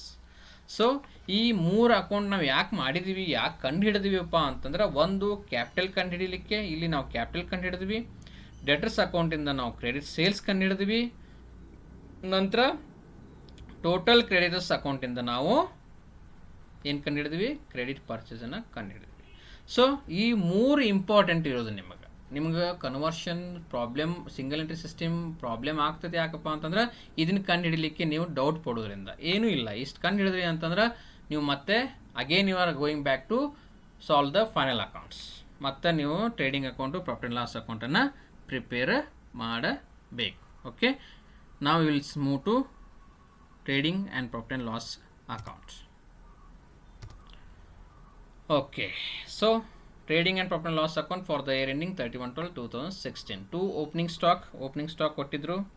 ಎಲ್ಲಿ ಕೊಟ್ಟಿದ್ದರ್ರಿ, ಸ್ಟಾಕ್ 1/1/2016ಗೆ 15,000 ಇದೆ. So by sales, cash sales ಕೊಟ್ಟಿದ್ದಾರೆ 5,000. ಎಲ್ಲಿ ಕೊಟ್ಟಿದ್ರು ನೋಡ್ರಿ ಪ್ರಾಬ್ಲಮ್ನಲ್ಲಿ, ಕ್ಯಾಶ್ ಸೇಲ್ಸನ್ನು ಕೊಟ್ಟಿದ್ದಾರೆ 5,000. ಬರೀ 5,000 ಸೇಲ್ ನೀವು ತೊಗೊಂಬಂದಿದ್ರಪ್ಪ ಅಂತಂದ್ರೆ ನಿಮ್ಮ ಪ್ರಾಬ್ಲಮ್ ರಾಂಗ್ ಆಗ್ಬಿಡ್ತಿತ್ತು. You will be in a huge loss. ನೀವು ಸೇಲ್ಸ್, ಕ್ರೆಡಿಟ್ ಸೇಲ್ಸ್ ಕಂಡು ಹಿಡಿಲಾರ್ದೆ ನೀವು ಮಾಡಿದ್ರಿ ಪ್ರಾಬ್ಲಮ್ ಅಂತಂದ್ರೆ, ಸೇಲ್ಸ್ ಬರೀ ಕ್ಯಾಶ್ ಸೇಲ್ಸ್ ಅಷ್ಟೇ ಕೊಟ್ಟರೆ ಅಂತ ಮಾಡಿದ್ರೆ 5,000 ಉಳಿದಿದ್ದೆಲ್ಲ ಅಷ್ಟು ಎಕ್ಸ್ಪೆಂಡ್ ದೊಡ್ಡ ಲಾಸ್ ಆಗ್ತಿತ್ತು ನಿಮಗೆ. ಸೊ ಅದಕ್ಕೆ ನಾವು ಏನು ಮಾಡಿದ್ವಿ, ಕ್ರೆಡಿಟ್ ಸೇಲ್ಸ್ನು ಕಂಡು ಹಿಡಿದ್ವಿ. So total sales of the company in 31/12/2016 will be 65,000. So by closing stock 25,000. Then opening stock 15,000. Purchase cash purchase ಯಾವುದೂ ಇಲ್ಲ, ಎಲ್ಲ ಪರ್ಚೇಸು ಕ್ರೆಡಿಟೇ ಇದೆ. ಅದು ಎಷ್ಟಿದೆಯಪ್ಪ ಅಂತಂದ್ರೆ 50,000. ಇದನ್ನು ಟೋಟಲ್ ಕ್ರೆಡಿಟ್ಸ್ ಅಕೌಂಟ್ ಪ್ರಿಪೇರ್ ಮಾಡಿ ಕ್ಲೋಸಿಂಗ್ ಬ್ಯಾಲೆನ್ಸ್ ಫಿಗರ್ ಏನು ಬಂದಿರ್ತಲ್ಲ ಅದನ್ನು ಪರ್ಚೇಸ್ 50,000. ದೆನ್ 2 ವೇಜಸ್ ಕೊಟ್ಟಿದ್ದಾರೆ 5,000. ಸೊ ಇದನ್ನು ನೀವು ಆ್ಯಡ್ ಮಾಡಿದ್ರಿ 90,000. ಆಮೇಲೆ ಇದನ್ನು ಆ್ಯಡ್ ಮಾಡಿದ್ರಿ, ಬ್ಯಾಲೆನ್ಸಿಂಗ್ ಫಿಗರ್ ಏನಿದೆಲ್ಲ gross profit 20,000. So to gross profit by gross profit brought down 20,000. Okay, now same, 2 salaries 60,000, 2 rent 9,000, 2 depreciation on plan 10% ಕೊಟ್ಟಿದ್ದಾರೆ ಅಡ್ಜಸ್ಟ್ಮೆಂಟ್ ನಲ್ಲಿ 2,000. ಫರ್ನಿಚರ್ 20% ಕೊಟ್ಟಿದ್ದಾರೆ 5,000 ಮೇಲೆ 1,000. PDD ಕೊಟ್ಟಿದ್ದಾರೆ ಡೆಟರ್ಸ್ ಮೇಲೆ, PDD ಡೆಟರ್ಸ್ 10,000 ಕ್ಲೋಸಿಂಗ್ ನೋಡ್ರಿ. ಇದನ್ನು ನಾವು 2016 ನಾವು ಪ್ರಾಬ್ಲಮ್ ಮಾಡಬೇಕಾದಾಗ, ಬಿಡಿಸ್ಬೇಕಾದಾಗ ನಾವು ಕ್ಲೋಸಿಂಗ್ ಬ್ಯಾಲೆನ್ಸ್ ತೊಗೊಂಡು ನಾವು ಪ್ರಿಪೇರ್ ಮಾಡಬೇಕು, ಬ್ಯಾಲೆನ್ಸ್ ಶೀಟ್ ಆಗಲಿ ಮತ್ತು ಟ್ರೇಡಿಂಗ್ ಅಕೌಂಟ್ಸ್ ಆಗಲಿ. ಸೊ 10,000 ರೂಪಾಯಿ ಡೆಟರ್ಸ್ ಇತ್ತು, ಅದ್ರ ಮೇಲೆ 5% 500. ಸೊ ಮತ್ತೆ ಒಂದು ರಿಸಿಪ್ಟ್ ಸೈಡ್ ಕೊಟ್ಟಿದ್ದಾರೆ ನೋಡ್ರಿ. Interest from bank. ರಿಸಿಪ್ಟ್ ಮಾಡ್ಕೊಂಡಿರಿ ನೀವು. ರಿಸಿಪ್ಟ್ ಅಂದರೆ it's a income. Receipt side ತೋರಿಸಿದ್ದಕ್ಕೆ ಅದು that is a income from the company. Income from bank ಮೇಲೆ ದುಡ್ಡು ಇಟ್ಟಿದ್ರು, ಅದ್ರ ಮೇಲೆ ಇಂಟ್ರೆಸ್ಟ್ ಬಂದಿತ್ತು ಕಂಪ್ನಿಗೆ, ಅದ್ರ 400 rupees by interest from bank account 400. So total 20,400. ಇದನ್ನು ಲೆಸ್ ಎಕ್ಸ್ಪೆನ್ಸಸ್ ಮಾಡಿರಿ ಅಂತಂದ್ರೆ ನೆಟ್ ಪ್ರಾಫಿಟ್ 10,000 rupees ಬರುತ್ತೆ. ಓಕೆ, ಇದರಲ್ಲಿ ಏನಾದರೂ ಡೌಟ್ ಇತ್ತು ಅಂತಂದ್ರೆ ನೀವು ನನಗೆ ಕಾಂಟ್ಯಾಕ್ಟ್ ಮಾಡ್ಬೋದು. ಓಕೆ, ನನ್ನ ನಂಬರು ಫಸ್ಟ್ ಸ್ಲೈಡ್ನಲ್ಲಿ ಕೊಟ್ಟಿದ್ದೀನಿ. Next, prepare balance sheet. Okay, ಇಲ್ಲಿ ಸ್ವಲ್ಪ ಟ್ರಿಕ್ಕಿ ಮಾಡಿದ್ದಾರೆ ಅವರು. ಇದನ್ನು ನೀವು ಅರ್ಥ ಮಾಡ್ಕೊಂಡ್ಬಿಟ್ರೆ ಅಂದರೆ ಇದನ್ನು ಏನು ಡಿಫಿಕಲ್ಟಿ ಇಲ್ಲ. Okay, so balance sheet as on 31/12/2016. Plant 20,000, depreciation ಇದೆ 2,000, remaining is 18,000. Furniture 5,000, less depreciation 1,000, remaining is 4,000. Debtors 10,000, less PDD. ನೋಡಿರಿ, ಡೆಟರ್ಸ್ ನೀವು by chance debtors opening debtors ತೊಗೊಂಡು 14,000 ತೊಗೊಂಡ್ಬಿಟ್ರಿ ಅಂತಂದ್ರೆ ನಿಮ್ಮ ಪ್ರಾಬ್ಲಮ್ ವಿಲ್ ನಾಟ್ ಟ್ಯಾಲಿ. ಅದಕ್ಕೆ very careful. Statement of affairs ಮಾಡುವಾಗ ಮಾತ್ರ ನೀವು ಓಪನಿಂಗ್ ಅಸೆಟ್ಸ್ ಲಯಬಿಲಿಟೀಸ್ ತೊಗೋಬೇಕು. ಉಳಿದದ್ದು P&L account, trading balance sheet ಮಾಡುವಾಗ ನೀವು ಕ್ಲೋಸಿಂಗ್ ಬ್ಯಾಲೆನ್ಸ್ ಅಂತ ತೊಗೊಂಡು ಮಾಡಬೇಕಾಗತ್ತೆ. Okay, assets. So balance sheet ಮಾಡುವಾಗ ಓಕೆ, ಸ್ಟಾಕ್ 25,000 ಇದೆ. Stock 25,000, cash 9,500. Okay, liability side thrill ಇದೆ. ಕ್ಯಾಪಿಟಲ್ 30,000. ಇದು ಎಲ್ಲಿಂದ ತೊಗೊಂಬಂದಿವಿ ನಾವು? ಸ್ಟೇಟ್ಮೆಂಟ್ ಆಫ್ ಅಫೇರ್ಸ್ನಲ್ಲಿ ನಾವು ಕ್ಯಾಪಿಟಲ್ ಕಂಡುಹಿಡಿದ್ವಿ 30,000. ನಂತರ ರಿಸಿಪ್ಟ್ನಲ್ಲಿ ಕೊಟ್ಟಿದ್ದಾರೆ ನೋಡ್ರಿ, press capital received 12,000. Press capital introduce 12,000 rupees. ಅದನ್ನು ಆ ವರ್ಷ 12,000 ರೂಪಾಯಿ ಕ್ಯಾಪಿಟಲ್ ಇಂಟ್ರಡ್ಯೂಸ್ ಮಾಡಿದರು. ನಂತರ ಇನ್ನೊಂದಿದೆ ನೋಡ್ರಿ, private dividend paid into bank. Okay, ಅದನ್ನು ಡಿವಿಡೆಂಡ್ 600 rupees ನಾವು ಕ್ಯಾಪಿಟಲ್ಗೆ ಆ್ಯಡ್ ಮಾಡಿದ್ವಿ. ನಂತರ ನೆಟ್ ಪ್ರಾಫಿಟ್ 10,000 rupees ಕ್ಯಾಪಿಟಲ್ಗೆ ಆ್ಯಡ್ ಮಾಡಿದ್ವಿ. ಡ್ರಾವಿಂಗ್ಸ್, ಲೆಸ್ ಡ್ರಾವಿಂಗ್ಸ್ ಏನೇನಿದಾವೆ ರೀ? Purchase of cycle for his daughter. ಅವ್ರ ಮಗಳ ಸಲುವಾಗಿ ಒಂದು ಸೈಕಲ್ ಪರ್ಚೇಸ್ ಮಾಡಿದರು, ಅದರ ಅಮೌಂಟ ಕಂಪ್ನಿ ಕಡೆಯಿಂದ ಕೊಡಿಸಿದ್ರು.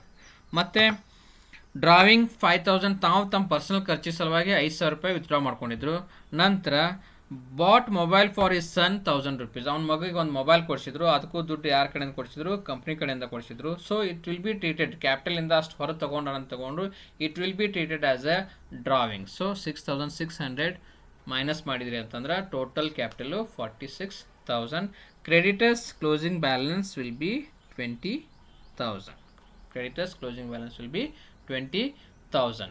ಈ dividend note related to the dividend received. The dividend is added to capital. The dividend is earned by the owner from other company but invested into business. So ಇದು ನಮ್ಮ ಅವನ ಅಕೌಂಟ್ನಲ್ಲಿ ತೋರಿಸ್ತಾ ಇಲ್ಲ, ನಾವು ಇಲ್ಲಿ ನಾವು ಕಂಪ್ನಿ ಅಕೌಂಟ್ ಕೊಟ್ಟಿದ್ದಾರೆ. ಕಂಪ್ನಿ ಅಕೌಂಟ್ನಲ್ಲಿ ಏನು ಹೇಳಿದ್ದಾರೆ? ಪ್ರೈವೇಟ್ ಡಿವಿಡೆಂಡ್ ಅಂದರೆ ಯಾವುದು ಪಾರ್ಟ್ನರ್ಗೆ ಸಂಬಂಧಪಟ್ಟಂತಹ ಅಥವಾ ಓನರ್ಗೆ ಸಂಬಂಧಪಟ್ಟಂತಹ ಯಾವುದೋ ಒಂದು ಕಂಪ್ನಿಯಲ್ಲಿ ಶೇರ್ ತೊಗೊಂಡಿದ್ರು, ಆ ಶೇರ್ ಮೇಲೆ ಆ ಕಂಪ್ನಿ ಅವರಿಗೆ 600 ರೂಪಾಯಿ ಡಿವಿಡೆಂಡ್ ಕೊಟ್ಟಿದ್ರು. ಅದನ್ನು ನಾವು ಏನು ಮಾಡಿಬಿಟ್ಟ, ಕಂಪ್ನಿ ಅಕೌಂಟಿಗೆ ಹಾಕ್ರಿ ಅಂಥೇಳಿ ಕಂಪ್ನಿ ಬ್ಯಾಂಕ್ ಅಕೌಂಟಿಗೆ ಕಳಿಸಿದ.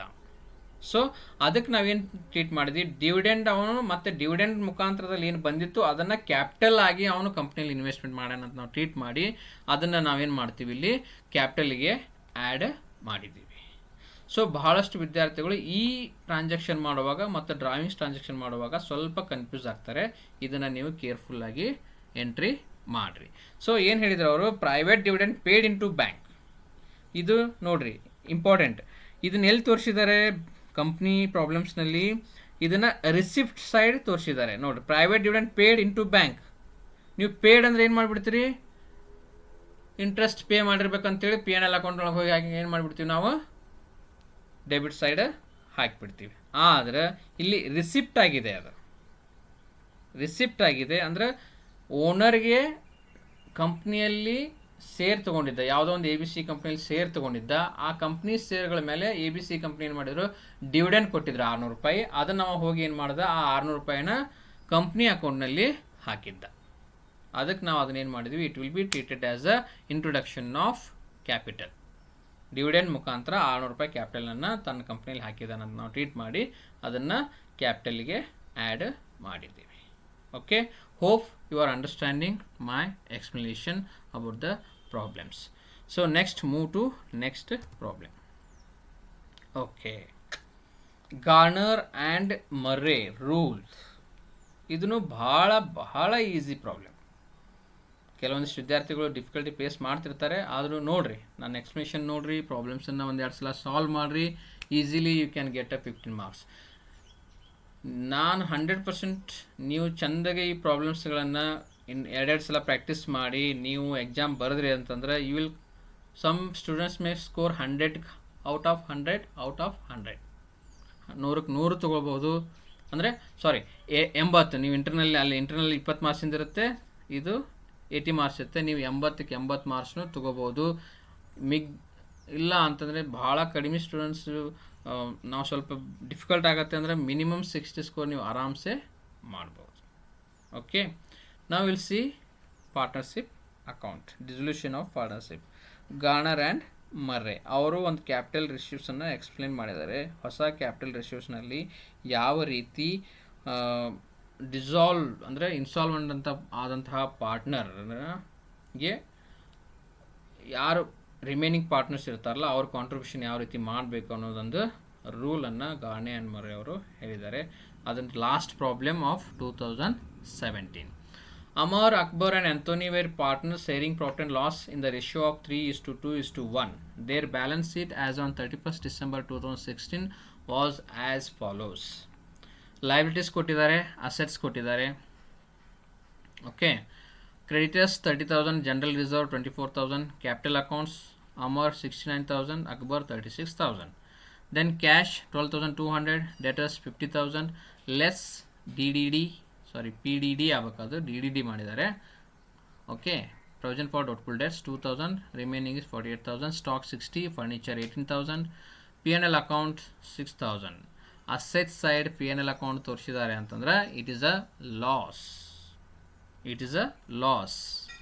ಇಲ್ಲಿ ಸೊ ಕ್ಯಾಪಿಟಲಿಂದ ಅದು ಇಲ್ಲಿ ತೋರಿಸಿದ್ದಾರೆ ಅಂತಂದ್ರೆ loss. Capital account Anthony 14,800. Okay, total 1,59,1,59. So ಇಲ್ಲಿ ಆಂಥೋನಿ ಕ್ಯಾಪಿಟಲ್ ಮೈನಸ್ನಲ್ಲಿದೆ. ಸೊ ಇದು ಕಂಪ್ನಿಗೆ ಬರಬೇಕಾಗಿದ್ದು. They decide to dissolve firm on the above date. The assets realized as follows. Furniture rupees 14,000, debtors 40,000, stock 40,200. There is a liability for a rent amounting to 6,000. Patents rupees 4,000 which were written off previously. Patents of rupees 4,000 which were written off previously. Realized rupees 1,200. Okay. The creditors were paid off as a discount of 2%. Anthony became insolvent and only of 50 paisa in a rupee was discovered from his private estate. Prepare necessary ledger accounts to close the books of firm applying Garner and Murray. So ಇಲ್ಲಿ ಏನು ಮಾಡಿದ್ದಾರೆ, ಯಾರು insolvent ಆದರೂ Anthony has become A insolvent. ಆದರೆ ಅವನ private ಅಸೆಟ್ಟಿಂದ ₹1 recovery ಮಾಡ್ಕೋಬೇಕಾಗಿತ್ತು ಅಂತಂದ್ರೆ ಅವ್ರು recovery ಮಾಡ್ಕೊಂಡಿದ್ದು ಓನ್ಲಿ 50 ಪೈಸಾ. ಆ ₹1 ಕಂಪ್ನಿಗೆ ತಂದಬೇಕಾಗಿತ್ತು ಅಂದ್ರೆ ಈಗ ಏನು ಲಾಸಸ್ ಆಗುತ್ತಲ್ಲ ಆ ಲಾಸನ್ನು ರಿಕವರ್ ಮಾಡ್ಕೋಬೇಕಾಗಿತ್ತು. ಪ್ರೈವೇಟ್ ಪ್ರಾಪರ್ಟಿಯಿಂದ ₹1 ರಿಕವರ್ ಮಾಡ್ಕೋಬೇಕಾಗಿತ್ತು ಅಂದ್ರೆ Anthony is able to give only 50 paisa, ಅದರ ಅರ್ಥ. ಓಕೆ, ಇದನ್ನು ಯಾವ ರೀತಿ ನಾವು ಫಸ್ಟ್ ರಿಲಯೇಷನ್ ಅಕೌಂಟನ್ನು ಪ್ರಿಪೇರ್ ಮಾಡೋಣ, ನಂತರ ಪಾರ್ಟ್ನರ್ಸ್ ಕ್ಯಾಪಿಟಲ್ ಅಕೌಂಟನ್ನು ಪ್ರಿಪೇರ್ ಮಾಡಬೇಕು, ಅದರ ನಂತರ ಕ್ಯಾಶ್ ಅಕೌಂಟನ್ನು ಪ್ರಿಪೇರ್ ಮಾಡಬೇಕು. ಕ್ಯಾಶ್ ಅಕೌಂಟ್ ಟ್ಯಾಲಿ ಆಯಿತು ಅಂತಂದ್ರೆ ನಿಮ್ಮ problem is complete. 15 marks in your pocket. Okay, now realization account. ಇದನ್ನ ಫಾರ್ಮ್ಯಾಟ್ ಅನ್ನು ನಿಮಗೆ ಆಲ್ರೆಡಿ ನಾನು ಬರ್ಸಿದ್ದೀನಿ, ಅದನ್ನೊಂದ್ಸಲ ಅಬ್ಸರ್ವ್ ಮಾಡ್ರಿ. Okay, so sundry liabilities comes in credit side. All sundry assets last. Sundry liabilities ಏನೇನಿದಾವ್ರಿ, creditors 30,000, PDD 2,000. Provision for doubtful debts is also a liability. ಹೌದಾ? ಯಾಕಂದರೆ ಅದು ಬರಲ್ಲ ಅಂತ ನಾವು ಪ್ರೊವಿಷನ್ ಮಾಡಿಬಿಟ್ಟಿದ್ವಿ. ಸೊ ಅದು liability. So total sundry liabilities ಎಷ್ಟು? 30,000 plus 2,000 32,000. So debit side all the assets. Debtors ಎಷ್ಟಿದೆ? 50,000. Debtors 50,000. Book ವ್ಯಾಲ್ಯೂನ ತೊಗೊಳ್ತೀವಿ ನಾವು. Stock 60,000, furniture 18,000, total 1,28,000. ಸೊ ಇವು ಫಸ್ಟ್ ನಾವೇನು ಮಾಡಿದ್ವಿ ರೀ, ಸನ್ರಿಡ್ ಲಯಬಿಲಿಟೀಸ್ ಬುಕ್ ವ್ಯಾಲ್ಯೂ ಏನಿದಾವೆ ಅದನ್ನ ಎಂಟ್ರಿ ಮಾಡಿದ್ವಿ. ನಂತರ ಸನ್ರಿ ಅಸೆಟ್ಸ್ ಬುಕ್ ವ್ಯಾಲ್ಯೂ ಏನಿದಾವಲ್ಲ ಅದನ್ನ ಎಂಟ್ರಿ ಮಾಡಿದ್ವಿ. ರಿಲ್ಯಾಷನ್ ಅಕೌಂಟಲ್ಲಿ ಇದೇ ರೀತಿ ಬರುತ್ತೆ. ನಂತರ assets realised by cash account. Realisation account debit to cash account. Cash comes in. Cash account debit to realisation account. So furniture valuation ಎಷ್ಟಾಯಿತು? ಫರ್ನಿಚರ್ ಎಷ್ಟಿತ್ತು? 18,000 ಇತ್ತು, ಆದರೆ ರಿಯಲೈಸ್ ಆಗಿದ್ದು ಬರೀ 14,000ಗೆ. ಸ್ಟಾಕ್ 60,000 ಇತ್ತು, ರಿಯಲೈಸ್ ಆಗಿದ್ದು 14,200ಗೆ. ಡೆಟರ್ಸ್ 50,000 ಇತ್ತು, ರಿಯಲೈಸ್ ಆಗಿದ್ದು 40,000ಗೆ. ಸೊ ಪೇಟೆಂಟ್ಸ್ 4,000 ಅದನ್ನು ರಿಟರ್ನ್ ಆಫ್ ಮಾಡಿಬಿಟ್ಟಿದ್ರು ಅವರು. ಯಾವುದೋ ಹಿಂದೆ ಅಕೌಂಟ್ ಪ್ರಿಪೇರ್ ಮಾಡುವಾಗ ರಿಟರ್ನ್ ಆಫ್ ಮಾಡಿಬಿಟ್ಟಿದ್ರು, ಆದರೆ ಈ ವರ್ಷ ಅದ್ರದ್ದು ರಿಯಲೈಸ್ ಆಗಿ 1,200 ರೂಪಾಯಿ ಬಂದಿದೆ. ಸೊ 1,200 ಬಂದಿದೆ.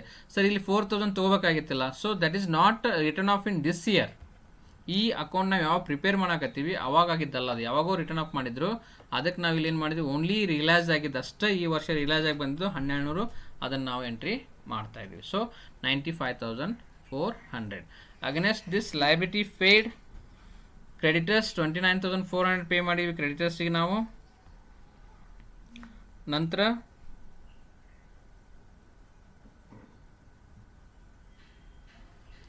ರೆಂಟ್ 6,000. So liability paid.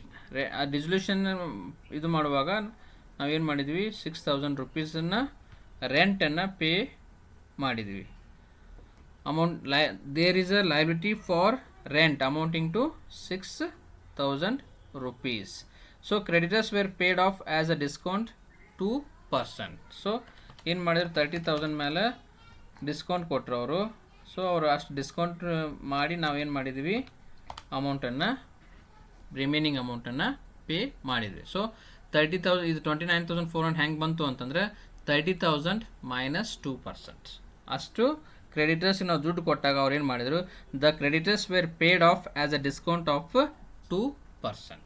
ಆಮೇಲೆ ಮುಂದೆ ಏನು ಎಂಟ್ರಿ ಮಾಡಿದ್ದಾರೆ, 6,000 ರುಪೀಸ್ ರೆಂಟ್ ಲಯಬಿಲಿಟಿ ಇನ್ನೂ ಉಳಿದಿತ್ತು, ಅದನ್ನು ನಾವು ಅವರಿಗೆ ಪೇ ಮಾಡಬೇಕು.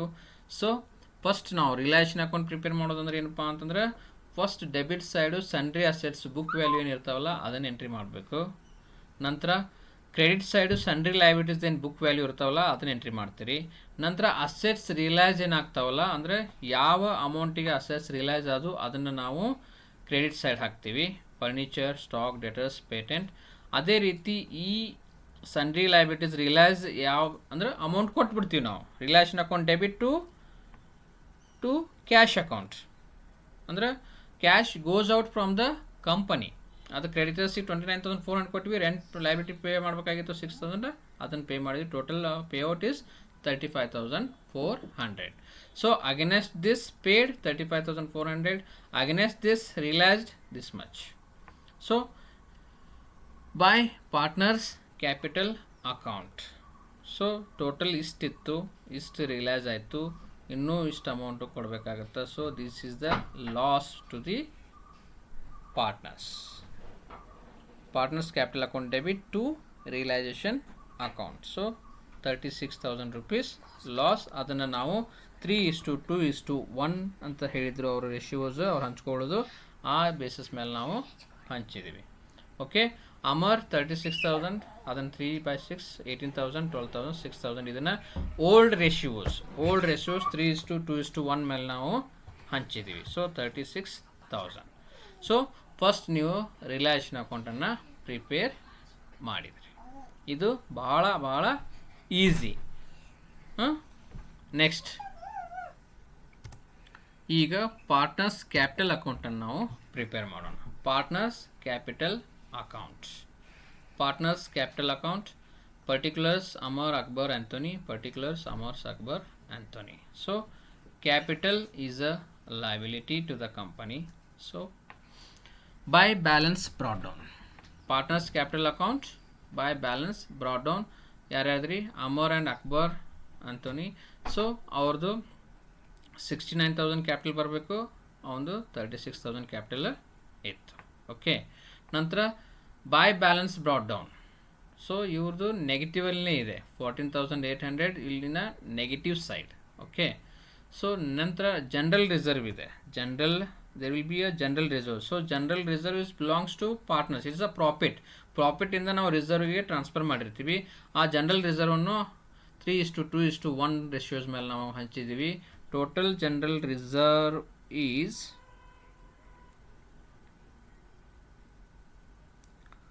24,000 ಅನ್ನು 3:2:1 ಒಳಗೆ ಹಂಚಿದ್ದೀವಿ ಅಂತಂದ್ರೆ 12,000, 8,000, 4,000 ಹಂಚಿದ್ದೀವಿ ನಾವು. ಓಕೆ, ಈಗ ರಿಯಲೈಸೇಷನ್ ಲಾಸ್ ಇದೆ. To realisation loss, partners capital account debit to realisation account 18,000. ಅದೆಷ್ಟಿತ್ತು ಟೋಟಲ್? ಅಲ್ಲಿ ಇಲ್ಲಿದೆ ನೋಡ್ರಿ. 18,000 ಲಾಸ್ ಅಮರ್ದು, ಅಕ್ಬರ್ದು 12,000 ಲಾಸ್, ಅಂತೋನಿಜು 6,000 ಲಾಸನ್ನು ನಾವು ಪಾರ್ಟ್ನರ್ಸ್ ಕ್ಯಾಪಿಟಲ್ ಅಕೌಂಟಿಗೆ ಟ್ರಾನ್ಸ್ಫರನ್ನು ಮಾಡಿದ್ದೀವಿ. So realisation account 18,000, 12,000, 6,000. ನಂತರ 6,000 rupees ಅಸೆಟ್ ಸೈಡ್ ತೋರಿಸಿದ್ದಾರೆ. ಅಂದರೆ it's a loss. So P&L account ಅದನ್ನು ನೀವು 3:2:1 ಒಳಗೆ ಹಂಚಿದ್ರಿ. P&L account 3,000, 2,000, 1,000. ಓಕೆ, ಈಗ ಇದಿಷ್ಟು ಎಂಟ್ರಿ ಆಯಿತು. ಆದ ನಂತರ ಡೆಪಿಸಿಟ್ ಎಷ್ಟಾಗುತ್ತೆ? ಆಂಥೋನಿ ಇನ್ಸಾಲ್ವೆಂಟ್ ಆಗಿದ್ದಾನೆ. ಸೊ ಆಂಥೋನಿ ಕಡೆಯಿಂದ ಎಷ್ಟು ರಿಕವರಿ ಆಗುತ್ತೆ, ಅವನದು ಕ್ಯಾಪಿಟಲ್ ಡೆಫಿಸಿಟ್ ಎಷ್ಟಾಗುತ್ತೆ ಅದನ್ನು ಕಂಡು ಹಿಡಿಬೇಕು. ನಂತರ ಅಮರ್ ಆ್ಯಂಡ್ ಅಕ್ಬರ್ ಒಂದು you have to calculate the new capital ratios. Garner Murray ಅವ್ರು ಹೇಳೋದು ಅದನ್ನೇ, ನ್ಯೂ ಕ್ಯಾಪಿಟಲ್ ರೇಷಿಯೋಸನ್ನು ಕಂಡು ಹಿಡಿಬೇಕು. ನಂತರ ಇನ್ಸ್ಟಾಲ್ಮೆಂಟ್ ಪಾರ್ಟ್ನರ್ದು ಕ್ಯಾಪಿಟಲ್ ಡೆಫಿಸಿಟ್ ಏನಾಗುತ್ತೆ, that has to be bring from Amar and Akbar. Existing partners ಯಾರು ಸಾಲ್ವೆಂಟ್ ಪಾರ್ಟ್ನರ್ಸ್ ಇರ್ತಾರೆ ಆ ಇನ್ಸ್ಟಾಲ್ಮೆಂಟ್ ಪಾರ್ಟ್ನರ್ಸ್ಗೆ ಆದಂಥ ಲಾಸನ್ನು ತುಂಬಬೇಕು ಅಂತ ಹೇಳ್ತಾರೆ. ಅದನ್ನು ಯಾವ ರೀತಿ ಕ್ಯಾಲ್ಕುಲೇಷನ್ ಮಾಡಬೇಕು ಅಂತ ನಾವು ವರ್ಕಿಂಗ್ ನೋಟನ್ನು ನೋಡೋಣ.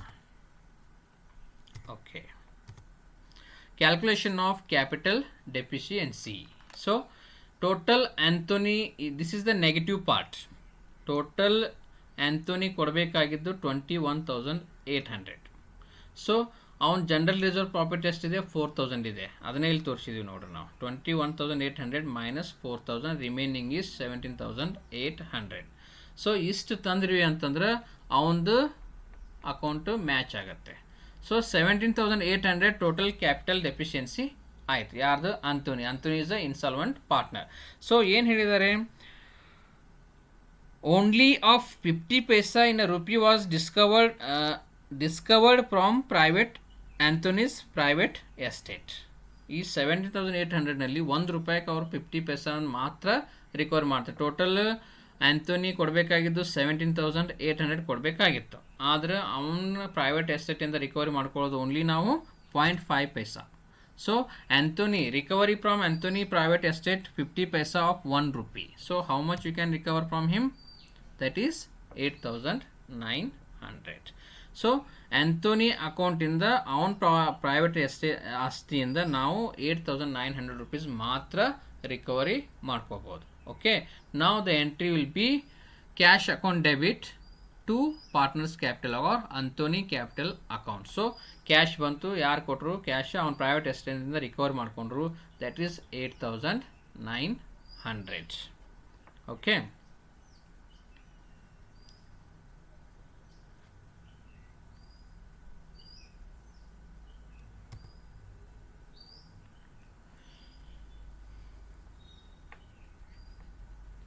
now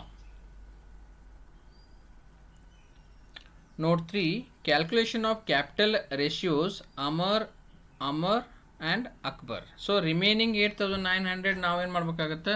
ನ್ಯೂ ಕ್ಯಾಪಿಟಲ್ ರೇಷಿಯೋಸ್ ಮೇಲೆ ನಾವು ಅಮರ್ ಮತ್ತು ಅಕ್ಬರ್ ಕಡೆಯಿಂದ ರಿಕವರಿ ಮಾಡ್ಕೋಬೇಕಾಗತ್ತೆ. ರಿಕವರ್ ಮಾಡ್ಕೊಂಡು ನಂತರ ಏನು ಬ್ಯಾಲೆನ್ಸ್ ಉಳಿಯುತ್ತಲ್ಲ ಆ ಬ್ಯಾಲೆನ್ಸು ನಾವು ಪಾರ್ಟ್ನರ್ಸ್ ಕ್ಯಾಪಿಟಲ್ ಹಾಕಿ ಅಕೌಂಟನ್ನು ಪಾರ್ಟ್ನರ್ಶಿಪ್ ಕಂಪ್ನಿಯನ್ನು ಡಿಸಲ್ಯೂಷನ್ ಮಾಡಬೇಕಾಗತ್ತೆ.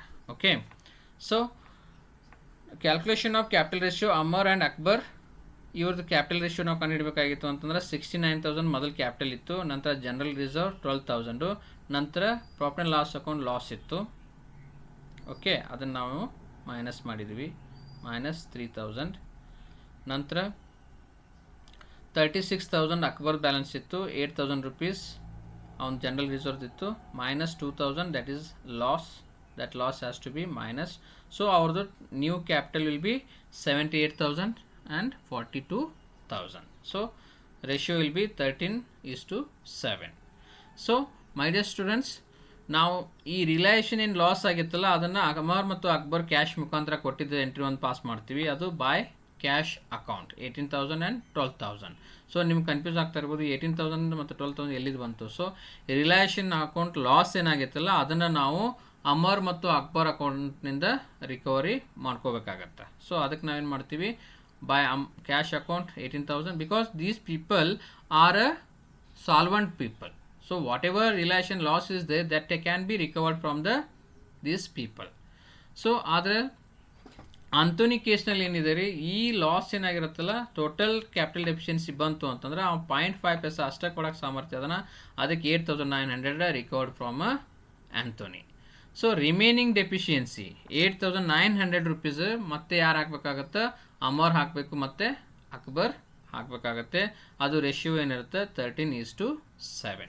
ಈ ರೇಷಿಯೋ ಕಂಡುಹಿಡಬೇಕಾಗಿತ್ತು ಅಂತಂದ್ರೆ ಅವ್ರದ್ದು ಎಕ್ಸಿಸ್ಟಿಂಗ್ ಕ್ಯಾಪಿಟಲ್ ನೋಡಬೇಕು ಮತ್ತು ಜನರಲ್ ರಿಸರ್ವ್ ನೋಡಬೇಕು, ನಂತರ P&L ಅಕೌಂಟ್ ಏನಾದರೂ ಲಾಸ್ ಇತ್ತು ಅಂತಂದ್ರೆ ಮೈನಸ್ ಮಾಡಬೇಕು, ಆವಾಗ ಅವ್ರ ನೆಟ್ ಬರುತ್ತೆ.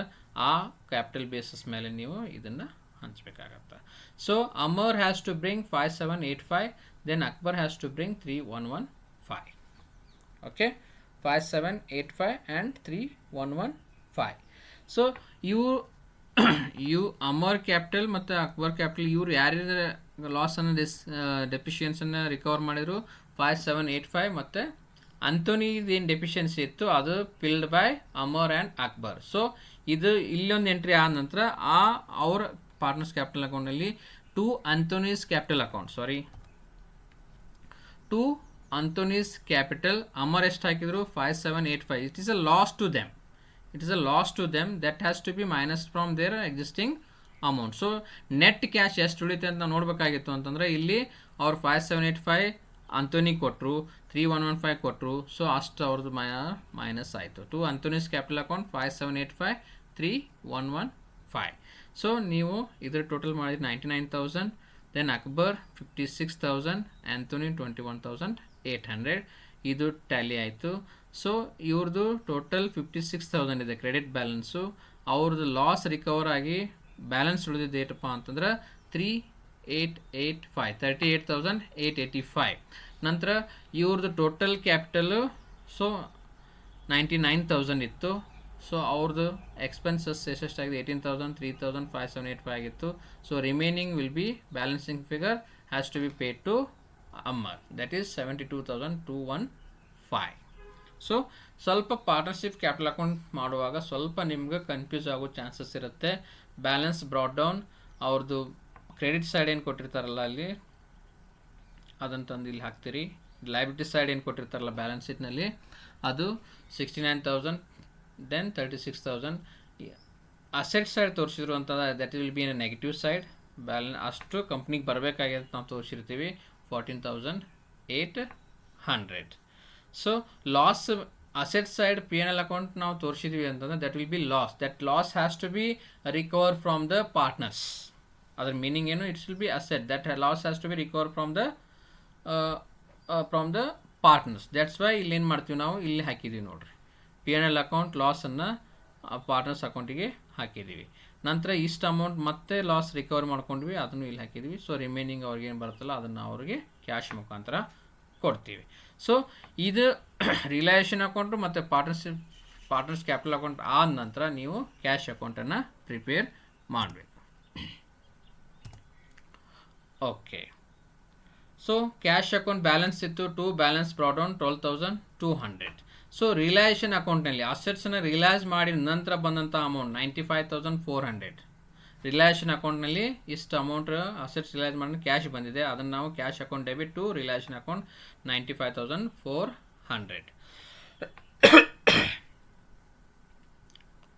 ನಂತರ partners capital they brought amount. Partners capital ಅಂದರೆ ರಿಲೇಷನ್ ಲಾಸ್ ಆಗಿತ್ತು, ಅದನ್ನು ಕ್ಯಾಶ್ ಮುಖಾಂತರ ಕೊಟ್ಟರು. ಅಮರ್ 18,000 ಕೊಟ್ಟರು, ಅಕ್ಬರ್ 12,000 ಕೊಟ್ಟರು, ಆಂಥೋನಿ ಕಡೆಯಿಂದ ರಿಕವರ್ ಮಾಡ್ಕೊಂಡಿದ್ದು 8,900. ಟೋಟಲ್ ಪಾರ್ಟ್ನರ್ಸ್ ಕ್ಯಾಪಿಟಲ್ ಅಕೌಂಟಿಂದ ರಿಕವರ್ ಮಾಡ್ಕೊಂಡಿದ್ದ amount 38,900. So by realisation account which was paid to creditors and rent, ಅದು 35,400. ರಿಲೇಷನ್ ಅಕೌಂಟಿಂದ 35,400 ಆಗಿದೆ. ನಂತರ by partners capital account. So partners capital ಅಕೌಂಟ್ನಲ್ಲಿ ಎಲ್ಲ ಲಾಸಸ್ಸನ್ನು ಪೇ ಆದಮೇಲೆ ಏನು ಕ್ಯಾಶ್ ಉಳಿತು, that cash has to be paid to Amar and Akbar, that is 7215,3885. So total is 1,11,100. So total tally amount is 1,46,500, 1,46,500. So students, this cash account should be tally, then only the problem is correct. So ನೀವು relation ಅಕೌಂಟಿಂದ entry ಬರ್ತವೆ ಮತ್ತು partners capital ಅಕೌಂಟಿಂದ entry ಬರುತ್ತೆ. ಏನೇನು entry ಬರುತ್ತೆ, cash ಏನೇನು ಬಂದಿರುತ್ತೆ ಕಂಪ್ನಿಗೆ ಅದು ಡೆಬಿಟ್ ಸೈಡ್ ತೋರಿಸ್ತೀವಿ. ನಂತರ ಕ್ಯಾಶ್ ಏನೇನು ಕೊಟ್ವಿ ಅದನ್ನು ನಾವು ಕ್ರೆಡಿಟ್ ಸೈಡ್ ತೋರಿಸ್ತೀವಿ. ಓಕೆ, ಇದು ನಿಮ್ಮ 2017 question paper fully solved. Okay students, thank you. Dear students, I request you all, please subscribe my YouTube channel and press the bell icon. ನೀವು ಸಬ್ಸ್ಕ್ರೈಬ್ ಮಾಡಿರಿ, ಬೆಲ್ ಐಕಾನ್ ನೀವು ಕ್ಲಿಕ್ ಮಾಡಿರಿ ಅಂತಂದ್ರೆ ನಾನು ಹೊಸ ವಿಡಿಯೋ ಏನು ಮಾಡ್ತೀನಲ್ಲ ಅದರದ್ದು ನಿಮಗೆ ನೋಟಿಫಿಕೇಷನ್ಸ್ ನಿಮ್ಮ ಅಕೌಂಟ್ನಲ್ಲಿ ಬರುತ್ತೆ. ನಿಮ್ಮ ಯೂಟ್ಯೂಬ್ನಲ್ಲಿ ನೀವು ಓಪನ್ ಮಾಡಿರಿ ಅಂತಂದ್ರೆ ಅಲ್ಲಿ ಸಬ್ಸ್ಕ್ರಿಪ್ಷನಲ್ಲಿ ನೋಟಿಫಿಕೇಷನ್ ಬಂದಿರ್ತವೆ. ನಾವು ಹೊಸ ವಿಡಿಯೋ ಯಾವುದೇ ಮಾಡಿದ್ರು ಸಹಿತ ನಿಮ್ಗೆ ಅದು ನೋಟಿಫಿಕೇಷನ್ ಕೊಡುತ್ತಿರುತ್ತೆ. ನಿಮಗೆ ಈ ವಿಡಿಯೋ ನಿಮ್ಮ ಎಕ್ಸಾಮ್ ಪಾಯಿಂಟ್ ಆಫ್ ವ್ಯೂ ನಿಮಗೆ ಈ ವಿಡಿಯೋ ನಿಮಗೆ ಲೈಕ್ ಆಯಿತು ಅಂತಂದ್ರೆ ನೀವು ಈ ವಿಡಿಯೋನ ಲೈಕ್ ಮಾಡಿ, ಮತ್ತು ನಿಮ್ಮ ಫ್ರೆಂಡ್ಸಿಗೂ ಈ ವಿಡಿಯೋನ ನೀವು ಶೇರ್ ಮಾಡಿರಿ. It is totally free in YouTube, my YouTube channel. ನಮ್ಮ ಯೂಟ್ಯೂಬ್ ಚಾನಲ್ನಲ್ಲಿ ನೀವು ಚಂದ್ರಕಾಂತ್ ಅರಕೇರಿ ಅಂತ ಹೊಡೆದ್ರಿ ಅಂತಂದ್ರೆ ನನ್ನ ಎಲ್ಲ ಯೂಟ್ಯೂಬ್ ವಿಡಿಯೋಸ್ ಏನಿದಾವೆ, ಎಲ್ಲ ಕ್ಲಾಸಿಗೆ ಸಂಬಂಧಪಟ್ಟಂಥ ವಿಡಿಯೋಸ್ ಏನಿದಾವಲ್ಲ ಅವೆಲ್ಲನೂ ನೀವು ಯೂಟ್ಯೂಬ್ ಚಾನಲ್ನಲ್ಲಿ ನೀವು ಹುಡುಕ್ಬೋದು. So my dear students, my humble request, ಇದು ಎಷ್ಟು ವಿದ್ಯಾರ್ಥಿಗಳಿಗೆ ಶೇರ್ ಮಾಡೋಕ್ಕಾಗ್ತೈತಿ ಅಷ್ಟು ವಿದ್ಯಾರ್ಥಿಗಳಿಗೆ ನೀವು ಶೇರ್ ಮಾಡಿರಿ. ಆ ವಿದ್ಯಾರ್ಥಿಗಳಿಗೂ ಹೇಳ್ರಿ ಸಬ್ಸ್ಕ್ರೈಬ್ ಮಾಡ್ಲಿಕ್ಕೆ ಹೇಳ್ರಿ, ಮತ್ತು ಬೆಲ್ ಐಕಾನ್ ಮೇಲೆ ಕ್ಲಿಕ್ ಮಾಡೋಕ್ಕೆ ಹೇಳ್ರಿ. ಅವರು ಈ ವಿಡಿಯೋ ಅವ್ರಿಗೆ ಲೈಕ್ ಆಯಿತು ಅಂತಂದ್ರೆ ಲೈಕ್ ಬಟನ್ ಮೇಲೆ ಲೈಕ್ ಅಂತ ಕ್ಲಿಕ್ ಮಾಡೋಕ್ಕೂ ಹೇಳ್ರಿ. So thank you very much.